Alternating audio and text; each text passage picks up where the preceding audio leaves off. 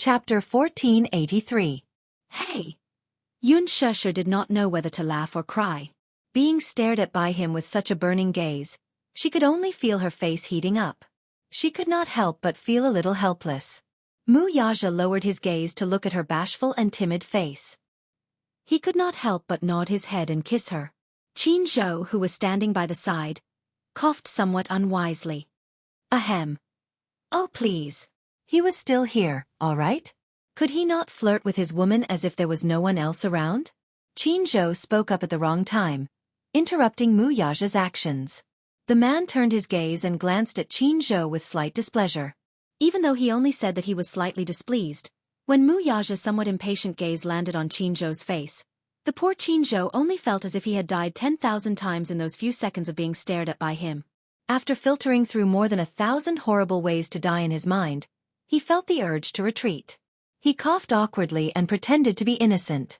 Chairman Mu, Shusher, I still have something to do. I'll make a call first. With that said, the soles of his feet were greased with oil and he left. Yun Shusher furrowed her brows in annoyance, and her face burned even more. Why did this man not care about the occasion at all? She pushed him a little angrily. Hey, even if you're in heat, you should at least look at the occasion. In heat? Mu Yaja looked back and glared at her in disbelief. This woman, had she become bold? She actually dared to use the word heat to describe him. What? Aren't you in heat right now? There's someone else here. Can you be more careful? Heh, let me show you what it means to be in heat, all right? Just as Mu Yaja finished speaking, Yun Shusher's sixth sense suddenly warned her that the situation was not good. She immediately wanted to avoid him. I still need to do my hair. With that said, she wanted to quickly leave his line of sight. However, who was Mu Yaja? Would he give her a chance to escape? He didn't allow her to resist at all. He just grabbed her waist with one hand and pulled her into his arms. With a bang, he pressed her against the door of the changing room. Yun Shusher did not even have time to protest before the man nimbly turned her over, forcing her to face the door. Following that, his tall body boldly pressed against her. Even though they were separated by 2 layers of clothes, she could still feel the changes in his body, and her heartbeat became even more rapid. Hey! Mu Yaja, don't act recklessly. Yun Shusher exclaimed in surprise and said in a low voice. Act recklessly? Mu Yaja's sexy and magnetic voice lingered in her ears, revealing a bit of devilish charm and provocation. Between his words, there was a hint of hidden meaning.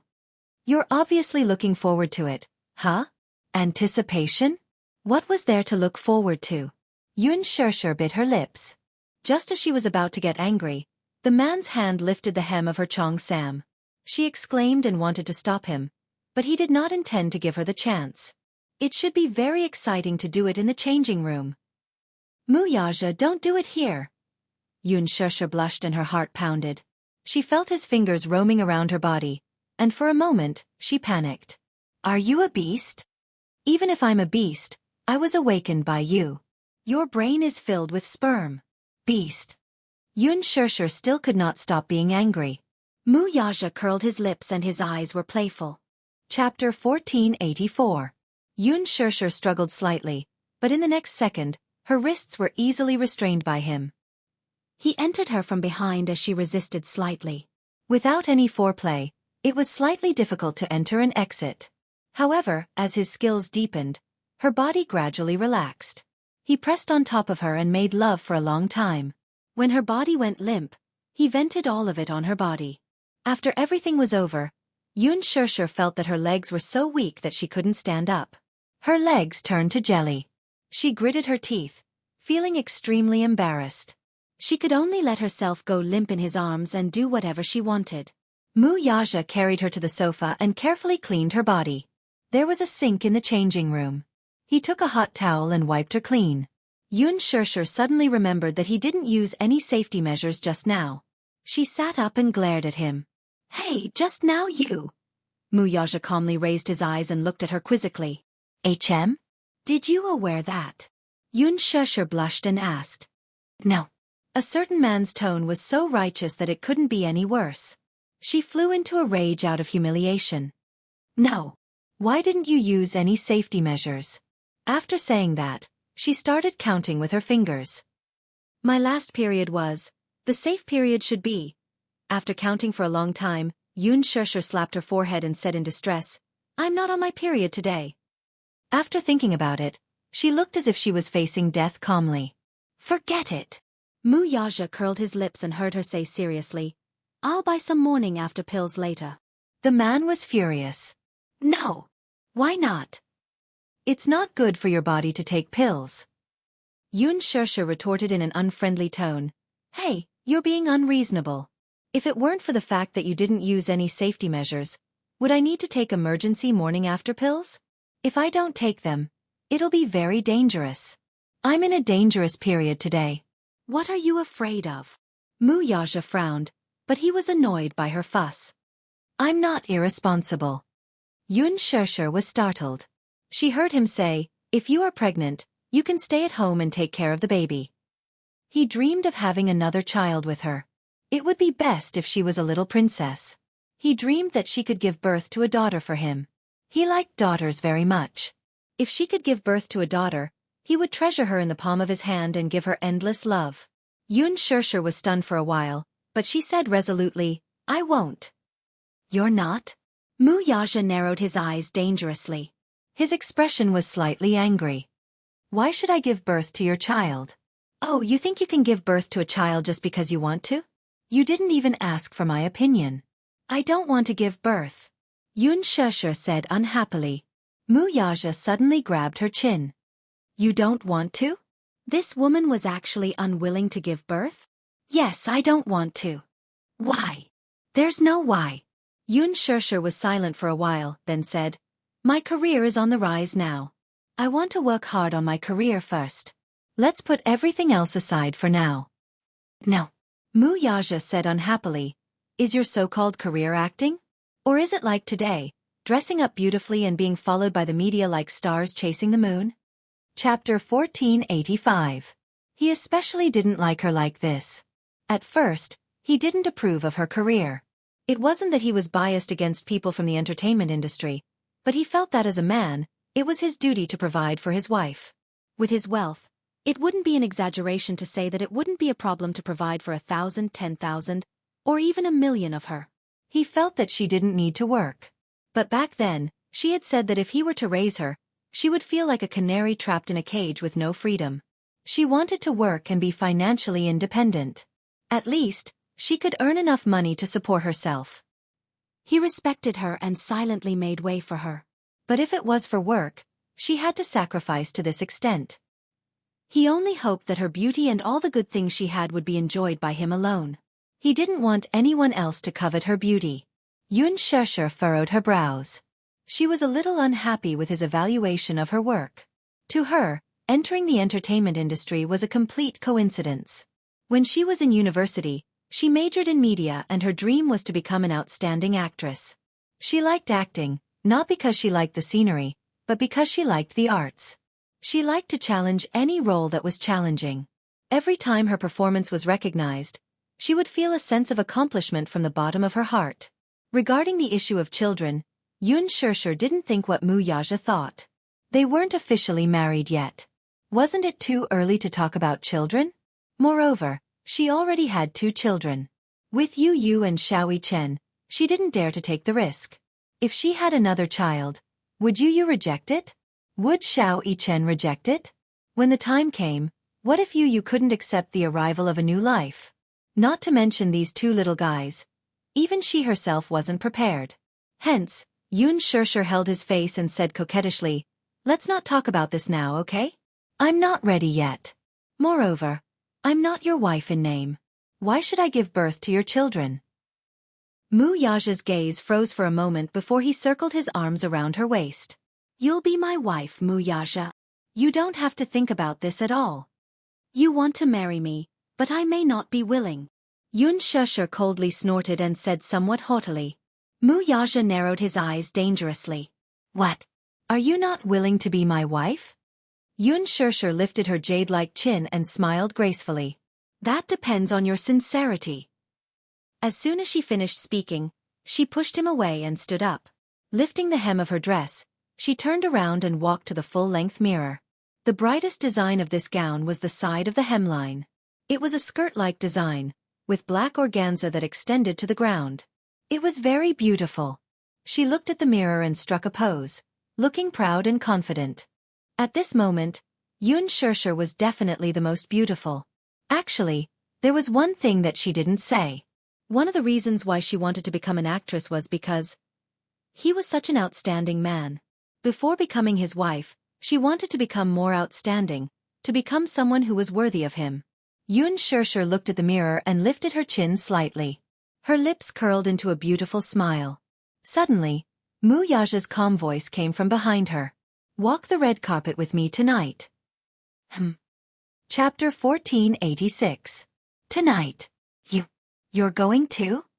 Yoon Shirshir looked at the suit he was wearing. She did not realize why he was dressed so formally. Was he invited to tonight's banquet too? Mu Yaja replied. You will be my female companion. Yoon Shirshir was stunned. She suddenly remembered that Gu Xingze had asked her to walk the red carpet with him. So she said, that. No. Why not? Mu Yaja obviously could not accept her answer. Give me a reason. Yoon Shirshir smiled elegantly and seemed to be provoking him. Mr. Mu, I have an appointment. Is that a reason? Mu Yaja snorted coldly. Rejected. How could he not know that Gu Xingze had asked Yoon Shirshir to walk the red carpet with him tonight? Would he allow it to happen? Only two things would happen tonight. Either she would walk the red carpet with him, or she would not be able to attend the banquet tonight. She would be tied to the plane and go home directly. It was that simple and crude. Did he want his woman to attend the banquet as another man's female companion? Would he sit back and do nothing about it? Yoon Shirshir was speechless. You left the company and came to Milan. Why are you joining in the fun? Mu Yaja replied. Because there are always some people who are not self-aware and are coveting my woman. I'm worried. His straightforwardness made Yoon Shirshir blush. She narrowed her eyes and smiled helplessly. Chairman Mu, aren't you thinking too much? Who would dare to covet your woman? Are you paranoid about being persecuted? Mu Yaja suddenly stood up and slowly approached her until he was right in front of her. He leaned forward slightly and hugged her waist, pulling her towards him. Yoon Shirshir fell into his arms. He whispered in her ear, I'll give you two choices. Either you walk the red carpet with me, or you pack your luggage and go home. You choose. You're threatening me. Yoon Shirshir gritted her teeth in anger as she glared at him. So what? Mu Yaja smiled provocatively and said evilly, You want to bite me? Yoon Shirshir was so angry that her face turned red, but she heard a certain man say in a noble and cold manner, Miss Yoon, please don't be ignorant of your good fortune. There are so many female celebrities lining up to walk the red carpet with me, but I only chose you. Didn't Qin Zhou's team always want to give you exposure? Isn't this a great opportunity? Yoon Shirshir narrowed her eyes. However, Mu Yaja said slowly, Qin Zhou asked Gu Xingze to walk the red carpet with you because he wanted to create hype. Then, wouldn't I be more suitable as the target of the hype? Yoon Shirshir was speechless. Half an hour later, Yoon Shirshir was done with her styling. When she walked out of the VIP room with Mu Yaja, Qin Zhou was standing outside the door, smoking. When he saw them holding each other's arms, he choked on the smoke. What was going on? Shirshir, what's going on? Qin Zhou was a little confused. Tonight, she's walking the red carpet with me. Mu Yaja said coldly. As soon as he finished speaking, Qin Zhou was stunned. What? Yoon Shirshir was walking the red carpet with Boss Mu? Did the sun rise from the west? Although Mu Yaja was the big boss of Huanyu, he had never walked the red carpet with a woman in all these years. Qin Zhou suddenly thought of the relationship between Yoon Shirshir and Mu Yaja. Oh. He wasn't that surprised. Chapter 1487. Qin Zhou was happy that Boss Mu was willing to walk the red carpet with Yoon Shirshir. Nonsense. Why wouldn't he do something good that could increase Yoon Shirshir's exposure? If Mu Yaja was to accompany Shirshir to the banquet, it would be a glorious thing. It wasn't because of anything else. It was because of Mu Yaja's status. Moreover, he had never attended such a banquet before. This was the first time and probably the only time. Just when Yun Shirshir thought that Qin Zhou was going to flip out, she saw him rubbing his hands with a smile. He looked very excited. Shirshir, you will walk the red carpet with Chairman Mu tonight. You must perform well. With Chairman Mu around, you will definitely be on the front page tomorrow. The corners of Yun Shirshir's lips twitched violently, feeling as if she had been sold off.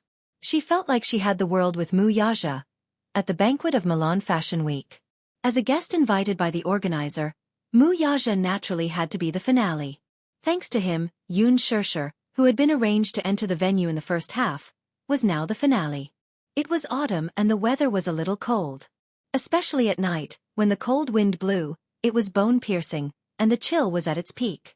Before they left, Qin Zhou specially gave Yun Shirshir a mink cashmere jacket to protect her from the cold wind. Although the weather was very cold, the atmosphere on the red carpet was very lively. There was a heated competition of attractiveness, and the female celebrities were trying their best to show off their beauty on the red carpet, desperately trying to attract the attention of the cameras. Amidst the flashing lights, the celebrities stood in front of the cameras, constantly striking poses and posing coquettishly. They were wearing as little clothing as they could. The Bentley was parked not far from the entrance. As it was the finale, Yun Shirshir couldn't enter yet. She could only sit in the car and observe the scene outside the car window. As she watched, she was speechless. Why were these female celebrities wearing so little fabric? Some even wore see-through outfits that only covered a few important parts. In the cold wind, they were still stretching their limbs and posing elegantly. It looked so cold. Yun Shirshir's lips twitched. Generally speaking, the red carpet was a battlefield. The female celebrities dressed up carefully just for this moment to be the center of attention. Media from both domestic and foreign countries had gathered. The periphery of the red carpet was almost packed with people. At a glance, it was a sea of people. The only time she walked the red carpet was at Huan Yu's annual cocktail party. However, the scale of the Milan Fashion Gala was incomparable to Huan Yu's. It was more pretentious and had more media coverage. If she could leave her name on the red carpet, it would be more useful than shooting a few more literary films. At the same time, there was another person who was secretly competing. Han Yuyen hid in the car and refused to get out. According to the organizer's arrangement, she should have made an appearance long ago. However, she refused to get out of the car. Even though the organizer in charge of the red carpet kept urging her, she still ignored him and refused to get out of the car. Because she had not seen Yun Shirshir walk the red carpet yet. Yun Shirshir, this B*TCH, was just a newcomer, and she was already thinking of being the finale. Dream on. Anyway, if Yun Shirshir didn't leave, she wouldn't make an appearance either. At most, they would just wait and see who could outlast the other. Chapter 1488. As Han Yuyen thought about it, she stayed in the car and did not move. It was Lin Ji's turn. She wore a splendid dress and exquisite makeup. She was beautiful and dazzling. When she walked on the red carpet, the foreign reporters did not recognize her. They were not interested in her, so they whispered to each other. The domestic media was extremely excited. They raised their cameras and took pictures of her like crazy. Lin Ji kept waving at the media. It was rare for her to walk the red carpet, so she enjoyed the attention of everyone. Even when the security guards came up to maintain order and let her in quickly, she still refused to leave the red carpet and kept blowing kisses at the media. In the end, he had no choice but to be half-dragged and half-dragged by the security guard. Han Yuyen sat in the car. When she saw this scene, she sneered. Country bumpkin. She had not seen the world. She did not know how this Lin Ji got into the Milan fashion show. She came here to make a fool of herself. What a disgrace. She did not want to walk with such a person and be compared to her. It would be degrading. On the list, only Mu Yaja, Yun Shirshir, and Han Yuyen had not made their appearance. The person in charge of the red carpet ran over to invite Han Yuyen. Han Yuyen asked, "When is Yun Shirshir leaving?" "What do you mean?" "When she leaves, I'll leave after her. How can we let her be the finale at such a big event? For this final scene, you should let someone of my level come to control the situation." The person in charge curled his lips contemptuously. This Han Yuyen was really naive. Naturally, Yun Shirshir would not be the last to appear. She probably did not know that Yun Shirshir and Mu Yaja were walking the red carpet together. "You're really not leaving?" The person in charge was running out of patience. In order to invite this person to the red carpet, he had gone back and forth several times. He had been polite at the beginning, but now his patience was running out. If she did not leave, he would not invite her again. However, Han Yuyen had already made up her mind. She made her stand clear and emphasized, "I want to walk the red carpet after Yun Shirshir." As soon as he finished speaking, the person in charge left helplessly. Han Yuyen closed the car door and rolled her eyes mockingly. "Yun Shirshir, you want to fight with me?" He was still too inexperienced. The red carpet was nearing its end. All of the media were eagerly waiting to find out who the big shot would be at the end of the show. The scene was still very lively. This was a rare fashion event in Italy.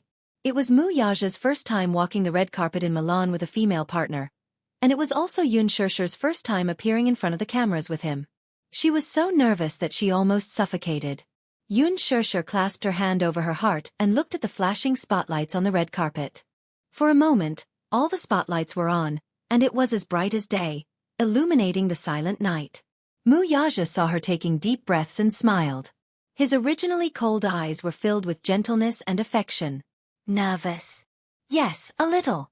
Yun Shirshir did not mince her words. It was embarrassing to say that this was the first time she had seen such a big event. There were hundreds and thousands of reporters from different countries all over the world. Now they were all gathered together to witness this glittering fashion event. In the crowded crowd, the bodyguards were trying their best to maintain order. Chapter 1489. Mu Yaja held her hand gently and kissed her fingertips. The moment he looked down, the tenderness in his eyes seemed to melt her. The wind outside the window was bitterly cold, but at this moment, she felt a sense of warmth in her heart. "Hold my hand when you get out of the car, okay?" He tried his best to soothe her uneasy heartbeat with his gentle voice. The Bentley slowly stopped at the end of the red carpet. From the rearview mirror, Yun Shirshir could see many reporters swarming around the car door. They held up their cameras and flashed their flashlights continuously. Every one of them was trying to be the first to capture this scene before everyone else. The bodyguards immediately rushed over to divert the crowd. Unfortunately, the media was too crazy. Mu Yaja smiled, opened the door, and got out of the car. Then, under the bright flashlights, he turned around and held her hand. Yun Shirshir held his hand and slowly got out of the car. Her gorgeous cheongsam and her exquisite and perfect figure were exposed to everyone's eyes. "Oh my God! It's Yun Shirshir. Is she the newcomer who sat next to Gu Xingza at the fashion show? I remember her." Her figure in the ink painting on the red carpet was simply stunning. Yun Shirshir's appearance at tonight's fashion show was not surprising. However, what was unexpected was that her male companion on the red carpet was actually Mu Yaja. Mu Yaja. This name, even when placed in the international arena, was like thunder to one's ears. As the top celebrity in the business world, the Mu family was one of the wealthiest families in the business world. Mu Yaja was the head of the Mu family and the CEO of Dishing Financial Group. He used to be the young master of the Mu family, and was now the CEO of Dishing Financial Group. His appearance on the red carpet was the biggest surprise of tonight's event. Actually, Milan's fashion show would send VIP invitations to the Mu family every spring and autumn.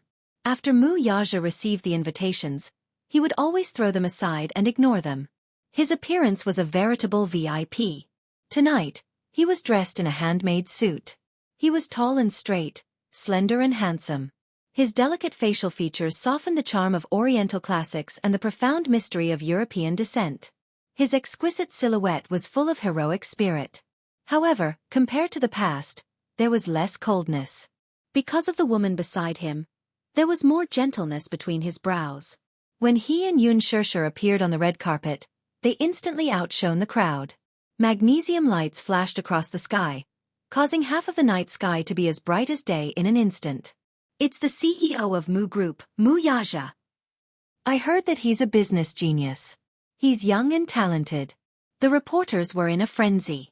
It seemed that no one had expected that tonight's finale guest would be the rumored scion of a prestigious family, Mu Yaja. Mu Yaja held Yun Shirshir's hand and walked towards the end of the red carpet. Shocking. It was really too shocking. In the past, there had been female celebrities and male guests on the red carpet together. However, it was rare for such a pair to be so good-looking. The man was so handsome. The woman was gentle and moving. A talented and beautiful couple. A golden couple. This was it. Mu Yaja was calm and collected. When he held Yun Shishir's hand and walked to the center of the red carpet, the reporters burst into screams. Stop. Stand where you are and take a group photo, okay? Chapter 1490. Yun Shishir, can you smile? Hearing this, Yun Shishir cooperatively revealed a charming smile, which instantly captivated the reporters in the press gallery. Even some of the international reporters were mesmerized by her smile. It was too beautiful. Especially this Chong Sam, when she wore it, it was indescribably beautiful. She exuded a sense of asceticism from head to toe. Chinese elements were highly valued overseas. Many fashion weeks had Chinese-themed fashion shows. This time, the Milan Fashion Week also had a Chinese-themed show. Especially the Chong Sam, it was once the favorite of many Hollywood actresses. However, it was because of the difference in their bloodlines. How could those blonde-haired and blue-eyed foreign actresses exude the charm of the Chong Sam and its unique classical mystery? These reporters had attended so many events and could be considered to have seen countless people. However, they could not pick out a female actress who wore a Chong Sam and was as beautiful as Yun Shishir. The red high heels on her feet were based on classical elements. It matched the gown very well. Yun Shishir, look over here. A cry of surprise came from the group of reporters. Yun Shishir immediately looked in the direction of the sound, and the smile on her face became even more beautiful. The magnesium lights flashed even more fiercely. Yun Shishir and Mu Yaja cooperated with the media's request and got closer to each other to take a few photos. The two of them stood together and looked very compatible. The celebrities who had already walked the red carpet and were standing at the entrance of the venue could not help but whisper. Many of the celebrities who had rushed over from China to attend the Fashion Week banquet were silently guessing the relationship between Yun Shishir and Mu Yaja. Mu Yaja was the big boss of Huanyu. The huge Huanyu was just a branch of Dishing Holdings. Mu Yaja could be said to be the king of the entertainment empire. However, it did not decrease that he had held the hand of any female actress and attended such a banquet together. No one could tell what the relationship between the two of them was. Many people were so jealous that they gritted their teeth. Who would believe that Yun Shishir didn't have any background? She had just debuted, and she already had so many resources. She was also involved in a scandal with Gu Xingze, and she was walking the red carpet with such a prestigious figure like Mu Yaja. Could it be that she was Mu Yaja's pet? However, Mu Yaja rarely had any scandals in the circle.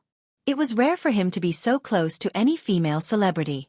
Previously, Mu Yaja had a fiancée. However, a while ago, Mu Yaja held a press conference and announced that Mu Yaja and Mu Wanru had broken off their engagement. This news made many people jump for joy. At this moment, Yun Shishir and Mu Yaja had become the focus of everyone's attention. At the request of the media, Mu Yaja intimately hugged Yun Shishir's waist and planted a kiss between her eyebrows. The reporters all captured this sensational kiss of the century. When Han Yuyen saw this scene in the car, she suddenly couldn't sit still. She couldn't help but feel annoyed. She watched helplessly as Yun Shishir and Mu Yaja walked down the red carpet together. She was in a bad mood. She thought that Yun Shishir deliberately wanted to be the last to appear. She didn't expect that she was arranged to be the last to appear because she had a big shot like Mu Yaja. She cussed fiercely in her heart. What kind of person was Yun Shishir to be able to appear on the red carpet with Mu Yaja? Mu Yaja rarely appeared in front of the camera. Chapter 1491. Han Yuyen couldn't help but let her imagination run wild. What was the relationship between Yun Shishir and Mu Yaja? How could they stand so intimately together and walk the red carpet together? Mu Yaja was a tycoon in the business world, but he had always been handsome and aloof. There had never been any women around him. Yun Shishir was probably the first. Could it be? Han Yuyen couldn't sit still when she saw this. All of a sudden, she began to suspect that she had underestimated Yun Shishir. Maybe this Yun Shishir wasn't such a simple newcomer. Yun Shishir stood in the middle of the red carpet with a smile. She looked so charming, as if she was an otherworldly socialite who had walked out of an ancient painting. She also had a hint of arrogance and provocation. Her beauty was different from her usual reserved and pure look. She was flamboyant and sharp, like a blooming poppy. Even if people knew that it was highly toxic, they would rather drink poison to quench their thirst. Mu Yaja hugged her waist and faced the spotlights calmly. He rarely showed himself in front of the camera like this. In front of the camera, He was insufferably arrogant, exuding the extraordinary aura of a king. He had an imposing appearance and a heroic spirit. The intimidating elegance between his eyebrows made countless female celebrities fall head over heels for him and fall head over heels for him. Any one of his photos didn't even need post-processing.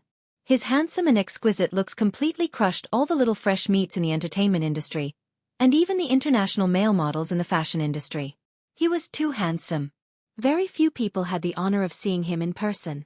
Many people were deeply shocked by his aura, so much so that for a moment, the cameraman's movements slowed down a little. Many female celebrities were so jealous that they didn't know where Yoon Shurshur got the good fortune to be able to walk the red carpet with Mu Yaja. Those female celebrities who were racking their brains for tomorrow's headlines were a little frustrated at this moment. With Yoon Shurshur like this, she would definitely dominate the headlines tomorrow. There was no hope for them. The domestic and foreign media took photos crazily to capture this historic scene. Shurshur, can you stay close to Chairman Mu? One more, thank you. Chairman Mu, hold her tighter. Mu Yaja did not give the reporters any extra chances. As soon as the time was up, he hugged Yoon Shurshur and walked towards the autograph board, causing the media to scramble to follow them. Mu Yaja approached the signature board and took the pen that was handed to him. He then signed his name on the blank space on the board in a flamboyant and elegant manner. The tip of his brush was handsome and powerful. His words were just like him, arrogant and flamboyant. Every stroke was full of tension. In the past, such a signature would only appear on trade contracts that were worth hundreds of millions of dollars. This was the first time it appeared in an event that had nothing to do with business. After Mu Yaja signed his name, he handed the pen to Yoon Shurshur. Yoon Shurshur took the pen and smiled gently. She raised her wrist and signed her name beside his. The tip of the pen was graceful and her handwriting was very beautiful. It was not inferior to his. After signing his name, Mu Yaja and Yoon Shurshur walked to the interview area. Qin Zhou had told them not to ask any irrelevant questions. Once they did, they would be asked to leave the banquet. The media was very respectful of the Mu group. Therefore, they did not dare to be rash. Hence, most of the questions revolved around Yoon Shurshur's speech for attending the fashion show. Chapter 1492. Do I need a reason to walk on the red carpet with anyone? Mu Yaja asked him back. The reporter was speechless. Such an arrogant response had a strong personal style. Mu Yaja had always been casual and arrogant. Hence, the reporter asked Yoon Shurshur another question. Shurshur, are you nervous about walking on the red carpet with Chairman Mu this time? Yoon Shurshur smiled and said, How could I? Before she could finish her sentence, the reporter quickly asked, Why are you in such a good mood? Yoon Shurshur chuckled and added, How could I not be nervous? The reporter was silent. Friendly laughter came from the media. Yoon Shurshur said wittily, I'm too nervous, so I'm sweating when I talk. Yoon Shurshur was already good at dealing with the media. She already knew how to use words to cleverly avoid difficult topics. Her clever on-the-spot response made the media laugh in disappointment. Ha ha ha. Shurshur is so cute. Hence, they did not make things difficult for her. They asked a few friendly questions and ended the interview. Mu Yaja and Yoon Shurshur walked into the venue. Qin Zhou watched their backs disappear at the end of the red carpet and sighed. He also walked into the venue. Seeing that it was about time, Han Yuyen thought to herself, Now I can finally make my appearance, right? Hence, she opened the car door and adjusted her elegant and arrogant posture. She lifted the hem of her dress and walked out of the car. At first, she thought that Yoon Shurshur deliberately wanted to be the last. Only then did she realize that it was because she was on Mu Yaja's list. She used Mu Yaja's name to delay her appearance. However, this was good. At least she was the real last. Thinking of this, Han Yuyen's face showed a proud smile. She lifted the hem of her dress and walked gracefully to the red carpet. However, when she walked to the red carpet, she saw that the people in the venue were busy closing the red carpet. The corner of Han Yuyen's mouth twitched, but she still maintained her elegant smile. She signaled her assistant with her eyes. The assistant immediately ran forward and said in fluent English, Wait, there's still an artist who hasn't left. What? Our artist, Han Yuyen, hasn't walked the red carpet yet. Let's wrap it up later. It's time. That person snorted rudely and ignored her, continuing with a movement of his hands. Han Yuyen could no longer maintain the elegant smile on her face. and her face turned pale. She quickly stepped forward and said condescendingly, "What time is it now? You're already rolling the red carpet? That's too much, I haven't left yet." The assistant translated her words for her. The man looked at her from head to toe and said expressionlessly, "We're just following orders. The last couple has already walked the red carpet. Moreover, it's time. The banquet is about to begin. Call the person in charge here. I'll talk to him," Han Yuyen said coldly. The man muttered in Italian, then picked up the headset and called the person in charge. The person in charge hurried over. When he saw Han Yuyen, his face turned cold. "What's going on?" Han Yuyen snorted and pointed arrogantly at the assistants in charge of closing the red carpet. She said angrily, "What are they doing? I haven't walked the red carpet yet, and they're already rolling it up. That's too much. Please give me an explanation." Her tone was arrogant and arrogant. Chapter 1493. The person in charge was surprised, and his tone was cold. "Time's up, so they're starting to pack up the red carpet. There's nothing wrong with them doing that." Han Yuyen almost flew into a rage when she heard that. She tried hard to calm herself down and forced a smile, pretending to be calm. "I haven't left yet." It was just a few words, but she said it while smiling and gritting her teeth. The person in charge asked coldly, "What does that have to do with me?" Han Yuyen was stunned. "You didn't want to leave when I asked you to. Now that time's up, you won't have the chance to leave even if you want to. Wait for the next time." The person in charge said those words casually, but what he meant was that Han Yuyen should pack up and leave, and walk the red carpet again next time. Han Yuyen's face was completely flushed. She was extremely embarrassed. She suddenly lost her composure and said unreasonably, "No way. You can't do that. Roll out the red carpet for me again. Let me finish walking the red carpet. There's a limit to acting like a big shot. Who do you think you are? You're just an artist. Do you want everyone to wait for you?" The person in charge rolled his eyes at her. "Sorry, the banquet has started. I asked you to walk the red carpet, but you didn't want to. Who do you think you are? How dare you dream of being the finale after Mr. Mu? Haha." He sneered, turned around, and continued to order people to pack up the red carpet. Han Yuyen held onto her fur coat. Her eyes were red as she glared at them. She bit her red lips. She felt wronged, but there was nothing she could do. She could only watch as they packed up the red carpet and removed it. The reporters rushed into the venue and immediately erected a barrier. Now, she couldn't even enter the venue. Han Yuyen thought about the fashion banquet she had been looking forward to for so long. Now, she was blocked outside the door, standing alone in the cold wind. Tears rolled down her cheeks. She was full of grievances. She thought about how Yun Shishir walked the red carpet in glory, but she didn't even have the right to walk the red carpet.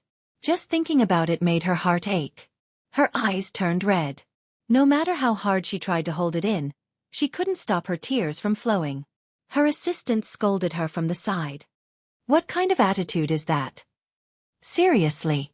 Our Yuyen hasn't even walked the red carpet yet and she's already taken it away. She doesn't know how to respect others at all." It would have been better if she hadn't said anything. The moment she did, Han Yuyen felt even more aggrieved and had nowhere to vent. Her tears flowed even more violently. She couldn't help but say, "Shut up." After saying that, she went back to the car angrily. As soon as she got into the car, Han Yuyen broke down and burst into tears. There was nothing more miserable than rushing to Fashion Week, only to be blocked outside the door. At the same time, he felt so humiliated. She didn't know if her embarrassing moment had been captured by the domestic reporters. She thought about how the local reporters would write about her if they found out that because she had acted like a big shot, she had suffered a double loss and couldn't even attend the banquet.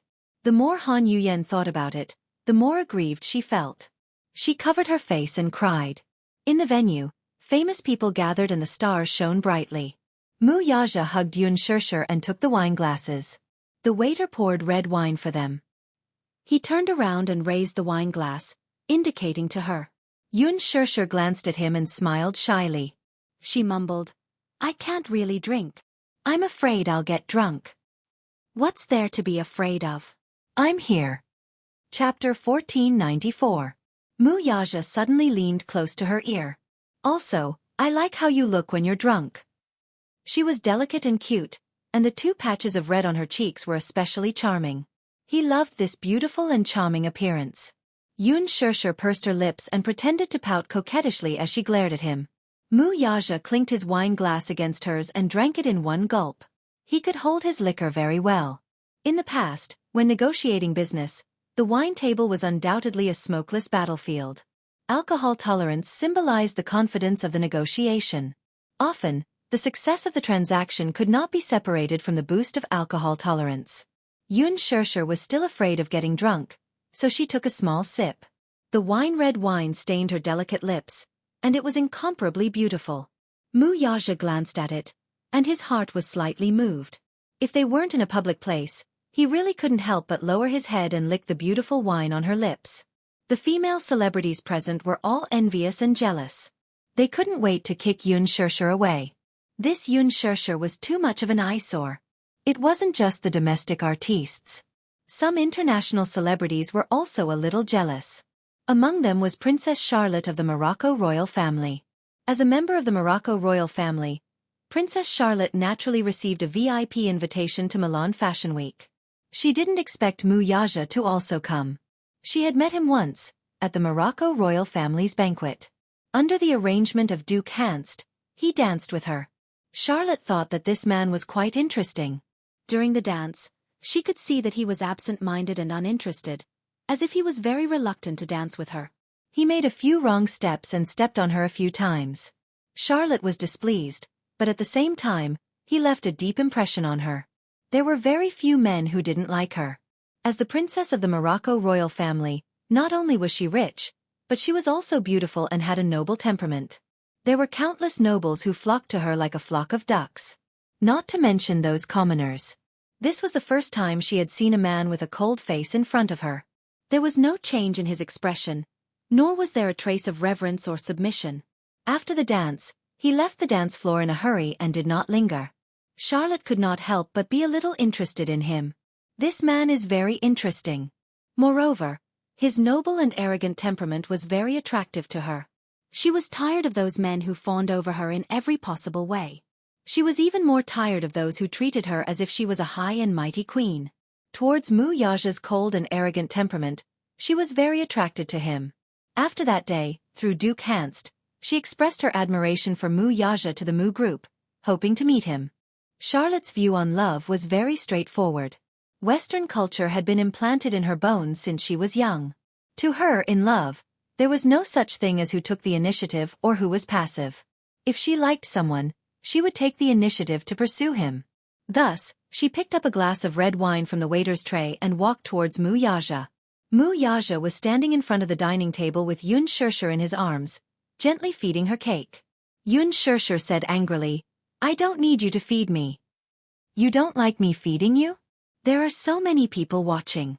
It's not good. Don't worry about others." Mu Yaja did not allow her to say anything.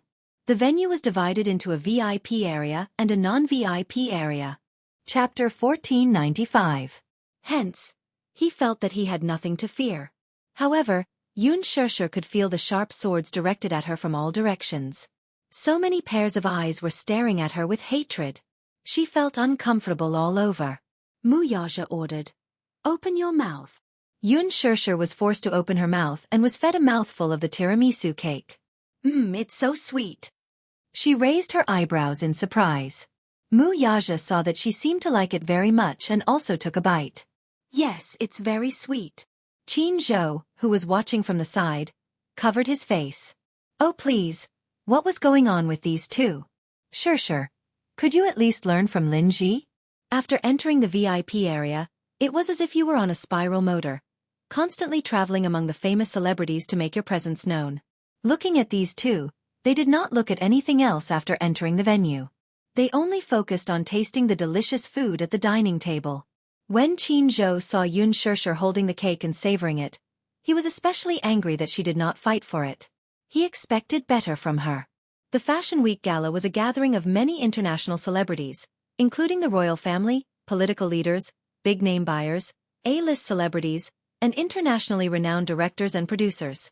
Any one of them had many dazzling titles, and they were all resources that could only be found by chance. However, Yun Shishir seemed to be possessed. She only focused on the delicious food and did not pay attention to anything else. Qin Zhou was so angry that he stomped his feet. Why was this child so thoughtless? But on second thought, forget it. Let her be. Although this child was a little silly, fortune favors fools. Although she did not know how to fight for resources, the person standing next to her was the best resource. Mu Yaja. If he said that he wanted to help Yun Shishir rise to the top, Yun Shishir would definitely be smashed by all kinds of big-name resources that would fall from the sky. Qin Zhou snorted and decided to ignore her. Hence, he went all over the venue to look for Gu Xingze. He did not seem to have seen Gu Xingze since he walked on the red carpet. Could it be that he was too depressed and didn't come? 2 hours ago, Gu Xingze arrived at the Louis Vuitton studio with a bouquet of lilies in his hands. According to the agreement, Yun Shishir was supposed to be his female companion on the red carpet, so he arrived as promised. Before that, he had specially bought a bouquet of flowers, intending to give her a surprise. He remembered that Shishir liked flowers in his heart. However, when they arrived at the studio, Qin Zhou was about to leave, but Yun Shishir was nowhere to be seen. He smelled it, but Qin Zhou stammered, saying that Yun Shishir had already left. Gu Xingze felt a little strange. He asked, "Didn't we agree to walk the red carpet together tonight?" Qin Zhou, however, hinted that Shishir had been taken away by Mu Yaja. Tonight, she would be walking the red carpet with Mu Yaja. The moment he finished speaking, Gu Xingze's face darkened and his eyes turned gray. He looked very disappointed. Qin Zhou was very worried. Gu Xingze asked expressionlessly, "When did Mu Yaja arrive?" "I'm not sure. He took Shishir away?" "Yes." Qin Zhou saw this and could not help but say, "Xingze, give up." Gu Xingze looked up at him in confusion. "Give up? I can tell that you like Shishir a lot, right?" Qin Zhou probed carefully, afraid that he would hurt him. Chapter 1496. Do you need to hide it in front of me? You clearly like her a lot, don't you? Qin Zhou's tone became a little harsh. Gu Xingze, however, was distraught. "I've already said it. I didn't." "If you didn't, would you have accepted the job for the love diary?" Qin Zhou suddenly questioned him sternly. Gu Xingze was stunned.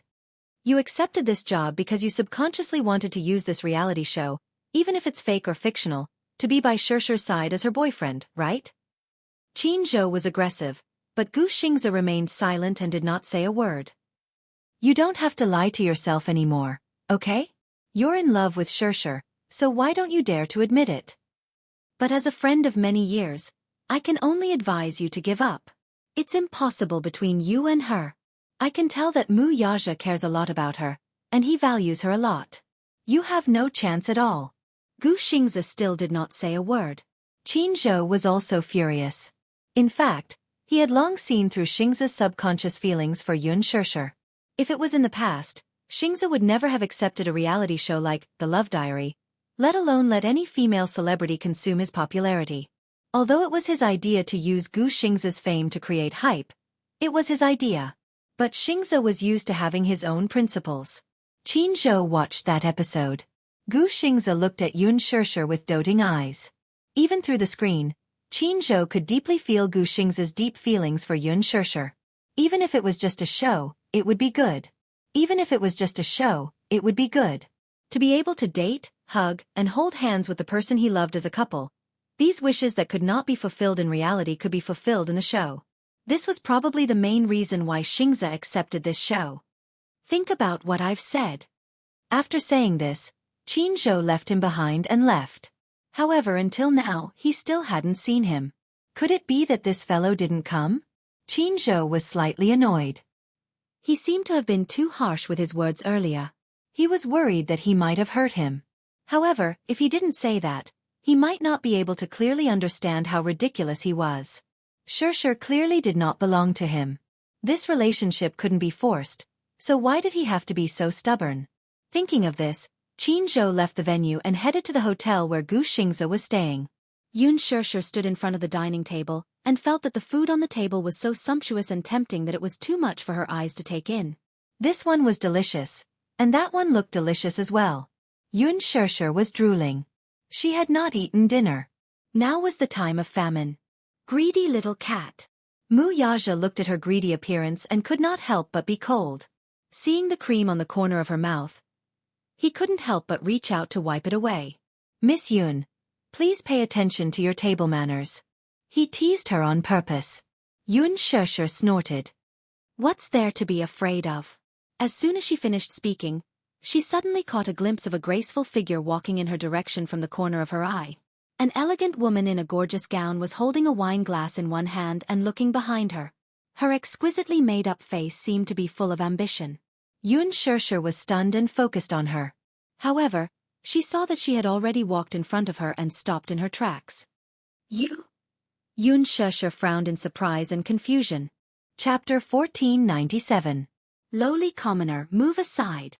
Her arrogant behavior had undoubtedly infuriated Yun Shusher. She asked in return, Who are you? Do I know you? Who is this woman? Why is she so arrogant? They walked in front of her for no reason, and one by one, they arrogantly asked her to make way for them. Mu Yaja heard the commotion and turned around. He caught a glimpse of a gorgeous figure from the corner of his eye. He was slightly stunned and instantly frowned. What are you doing? She walked to Yun Shusher's side and protected her in her arms. She glared at Charlot with a dignified expression. When Charlot saw Mu Yaja, the arrogant expression on her face instantly faded and was replaced by a light and charming smile. She went to his side and held his arm as if there was no one else around. She looked very intimate. Arthur, I've finally caught you this time, haven't I? It's me, Charlot. We even danced together some time ago. Do you remember me? Charlot said in fluent French. She smiled and rested her head on his shoulder intimately. Yun Shusher was stunned. She was petrified and looked at the scene in front of her in disbelief. She looked up and glanced at Mu Yaja's gloomy face again. She finally understood what was going on. Her heart settled down. It turned out that another rotten peach blossom had appeared. She simply ignored it and left it to Mu Yaja to solve it himself. She turned around and continued to choose her favorite desserts. Mu Yaja could not help but feel frustrated. He wanted to push her away, but Charlot held on to him tightly and did not give him a chance to do so. It also seemed that she was doing this intentionally for Yun Shusher to see. She wanted her to see how intimate she was with this man. However, when Charlot looked at Yun Shusher smugly, she saw that she was holding the plate calmly and did not look over. She was calmly tasting the desserts. Charlot's face instantly darkened. This woman did not seem to care about her at all. Mu Yaja looked at her with a headache.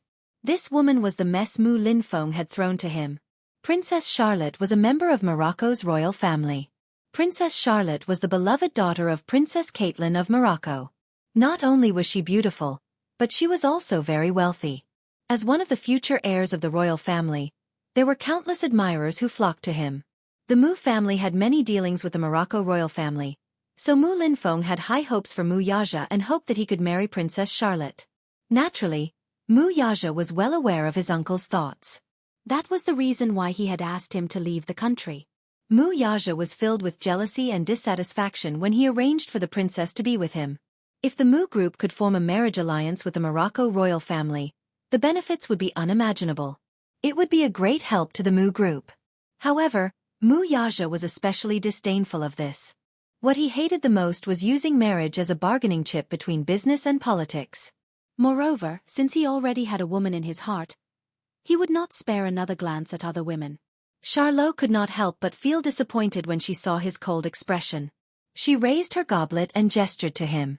Arthur, let's have a drink, shall we? Not interested. Mu Yaja's tone was still indifferent. He pushed her away expressionlessly, appearing especially cold.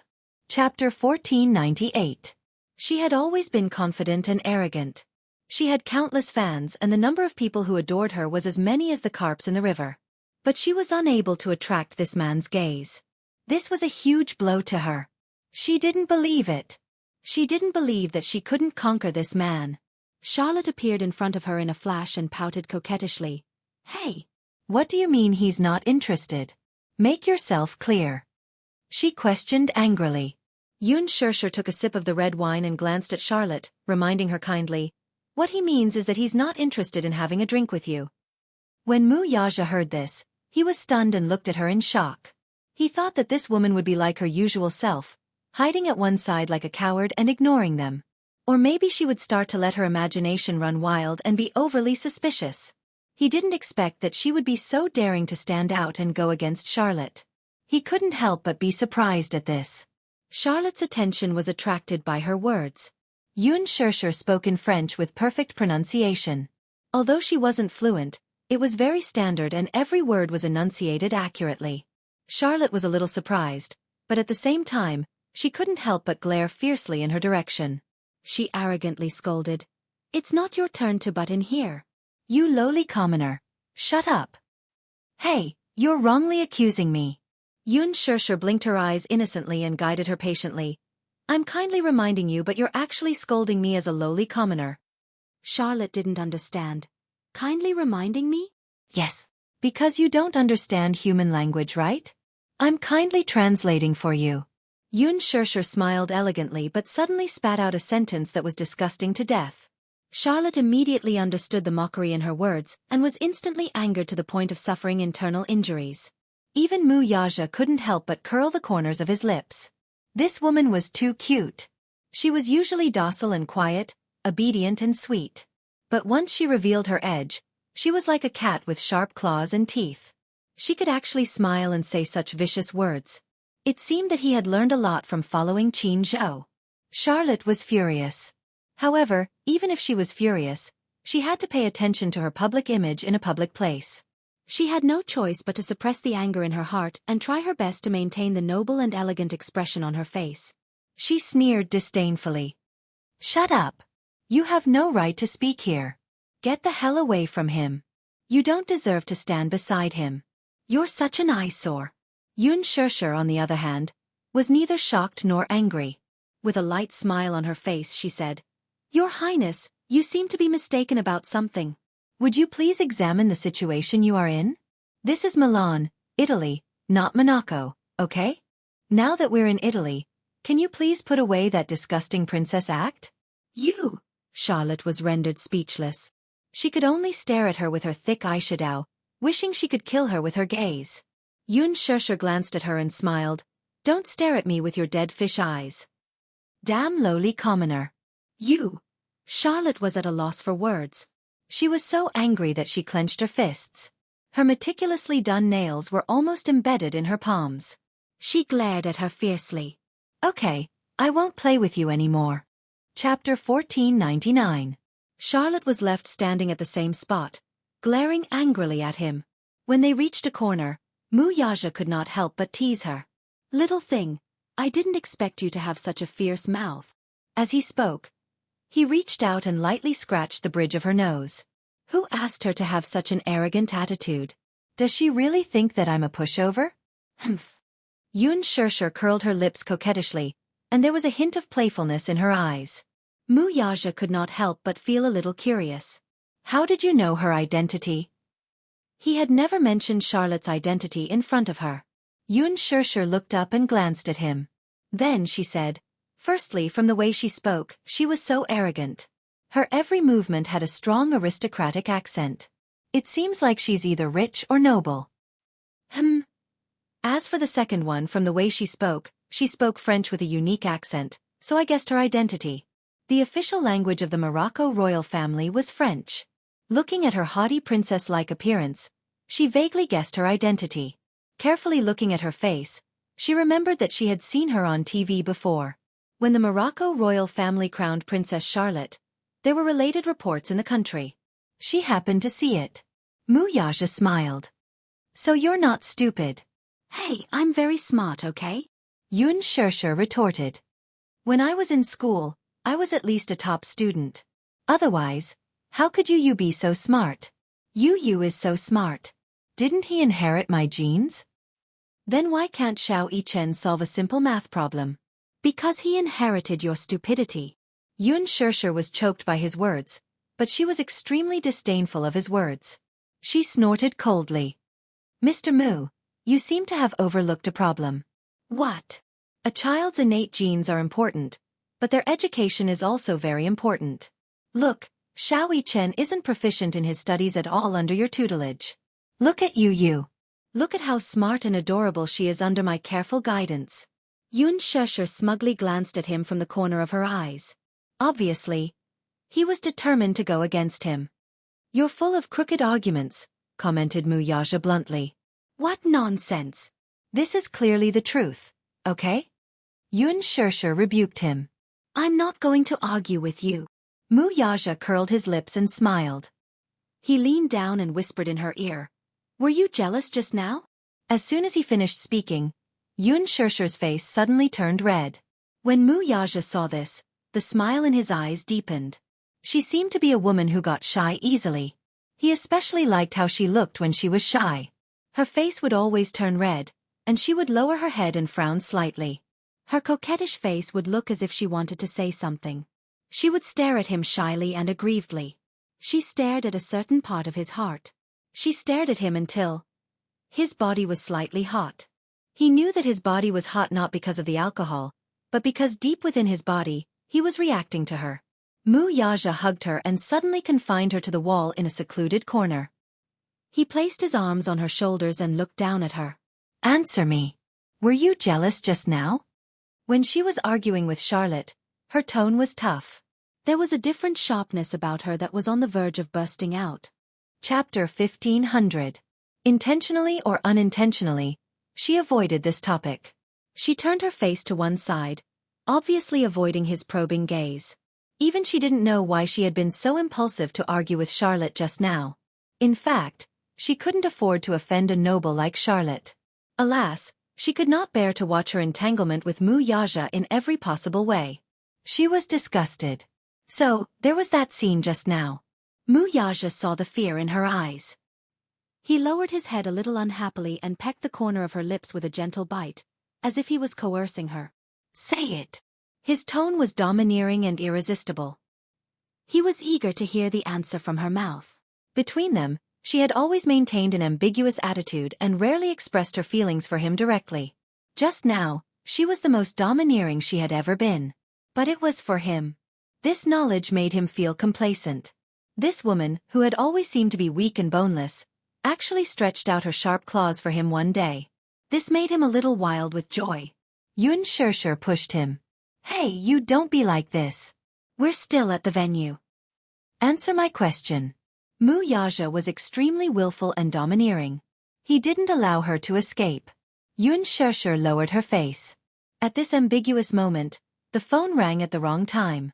The ringtone came from Muyaja. He seemed to be indifferent to the irritating ringtone. Instead, he was a little annoyed by this untimely disturbance. Yun Shesher said, Your phone is ringing. Don't worry about it. Hey, at least care about it. What if it's something important? Yun Shesher said seriously. Because of her, Muyaja picked up the phone with an unhappy expression. He glanced at the screen and saw that the call was from Mu Yichen. His expression softened a little and he picked up the phone. Hello, Daddy. This call, the little guy's voice was especially excited and loud. Daddy, I saw Mommy on TV. These words that came out of nowhere caused Muyaja to frown involuntarily. Television? NN. Mila Fashion Week report. Mu Yichen, you idiot, it's Milan Fashion Week, not Mila. Not far away, Yu's stern voice was heard correcting her. Alright. It was Milan Fashion Week. Mommy is wearing such a beautiful dress. She's so beautiful, just like a fairy. Xiao Yichen finished speaking excitedly. In an instant, his voice sounded strangely aggrieved. What a pity. I didn't see it with my own eyes. I can only watch Mommy on the TV. Muyaja. Yun Shesher could vaguely hear Xiao Yichen's voice, but she couldn't make out what Xiao Yichen was saying. She stared wide-eyed at Muyaja's expression. Muyaja said, Little idiot, haven't you gone to bed yet? Daddy, you're the idiot. It's already noon here. Xiao Yichen snorted. Muyaja broke out in cold sweat. He had forgotten that there was a time difference between capital city and Milan. It was 9 o'clock in the evening in Milan, and 2 o'clock in the afternoon in capital city. Daddy, I miss Mommy so much.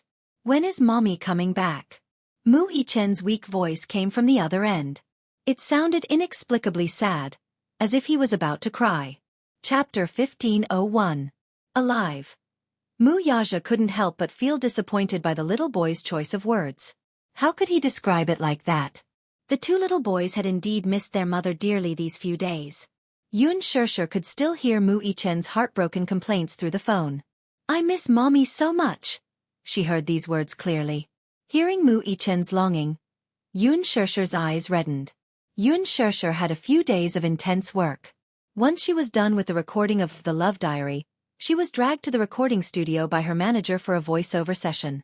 Just as she was done with the voiceover session, before she could even step into the house, she was dragged onto a private plane to Milan by her manager. She counted the days and realized that she hadn't seen the two little lads for about half a month. Yun Shirshir missed them dearly.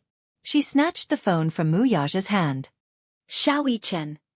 The moment she spoke, there was a moment of dead silence on the other end. Then, Xiao Yichen's ecstatic voice came through. "Mommy! Mommy!" His voice was extremely loud and clear. The child's tender voice was filled with 4 years of experience. Yun Shirshir's eyes reddened. "Xiao Yichen, I'm so sorry. I haven't been able to tell you and you bedtime stories for the past few days." "Mommy misses you so much," Xiao Yichen asked softly. "Mommy, when are you coming back?" His helpless question hit the softest spot in Yun Shirshir's heart. Her heart tightened and she blurted out instinctively, "I'll be back tomorrow." Just as she finished speaking, she suddenly remembered that there were a few shows tomorrow. Qin Zhou had repeatedly emphasized that these shows were very important and couldn't be missed. However, she was worried about the two little boys at home. She missed them dearly. She had no choice. The two little lads were much more important than work. Once he heard that Yun Shirshir would be back tomorrow, Xiao Yichen was overjoyed. He held the phone and jumped up and down excitedly. "Awesome! Awesome! Mommy, what time will you be home tomorrow? I haven't booked the plane ticket yet, so I don't know." "Oh, I see." In an instant, Xiao Yichen's tone turned gloomy. He was indescribably disappointed. Yun Shirshir couldn't bear it and immediately said, "I'll definitely rush back as soon as possible, okay?" "Okay." Xiao Yichen's voice was filled with vitality when he heard her promise. "When Mommy isn't here, you must take good care of your little brother." Yun Shirshir stared at her seriously. Little Yichen hummed in acknowledgement before patting his chest in assurance. "My dearest Mommy, don't worry. I took good care of you. Okay, be good. Stay at home and wait for Mommy to come back." "All right." Xiao Yichen promised again and again. After hanging up the phone, Yun Shirshir's eyes were empty. She thought about how Qin Zhou would coldly reject her when she mentioned that she wanted to return home early. Just thinking about it gave her a headache.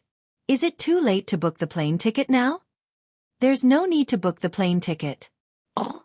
Yun Shirshir looked at him in confusion. "What do you mean?" Mu Yaja said, "I have a private jet." Yun Shirshir was speechless. Mu Yaja said, "We'll fly directly to the capital tomorrow." Yun Shirshir suddenly blurted out a very popular teasing phrase on the internet. "Tycoon, do you lack accessories on your thigh?" Mu Yaja smiled evilly.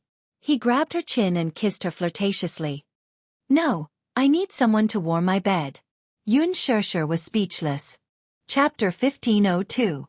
On the other side. Mu Yichen hung up the phone and said to Yu proudly, Yu, Mommy is coming home tomorrow." Yu, who was standing at the side, glared at him resentfully. His eyes filled with murderous intent. Little Yichen could not help shrinking his neck under his father's stare. Licking his lips, he fearfully asked, "Why are you staring at me like that? What do you think?" Yu crossed his arms and stared at him coldly. "I'll take good care of my brother." "Mu Yichen, aren't you embarrassed to say that?" Mu Yichen blinked innocently as Yu stood in front of him and counted with his fingers expressionlessly. "I washed your clothes, cooked your meals, told you bedtime stories every night and woke you up. I made noodles for you in the middle of the night when you were hungry. Mu Yichen, who's taking care of who?" The more he spoke, the angrier he got. When his mother was not at home, he had to take on the role of a father and a mother at home. He wished he could have 3 heads and 6 arms to take care of Mu Yichen. In the end, the lad was heartless. He turned around and asked for a reward from his mother. He even promised her that he would take good care of his younger brother. Who's taking care of who? Mu Yichen felt guilty. He looked at him timidly and begged. You, brother was wrong. Don't be angry. Humph. You snorted coldly and put the laundry basket aside. He sat on the sofa angrily and crossed his arms. It was obvious that he was furious. Mu Chen went up to him in a fawning manner. Just as he was about to reach out to hold his brother's hand, the latter unceremoniously slapped his hand away and ignored him. Humph. Go away. Wasn't it too late to try to please him now? You, don't be angry.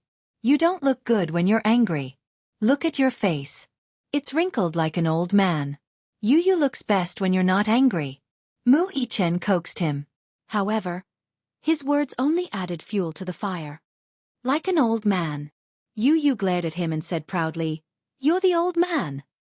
You, don't be angry. Brother doesn't know how to talk. You was speechless. He was completely speechless at his stupid brother. Idiot. He's so stupid. You crossed his arms and turned his head to the side in a fit of anger. These days, he was like a full-time nanny, taking care of his stupid brother.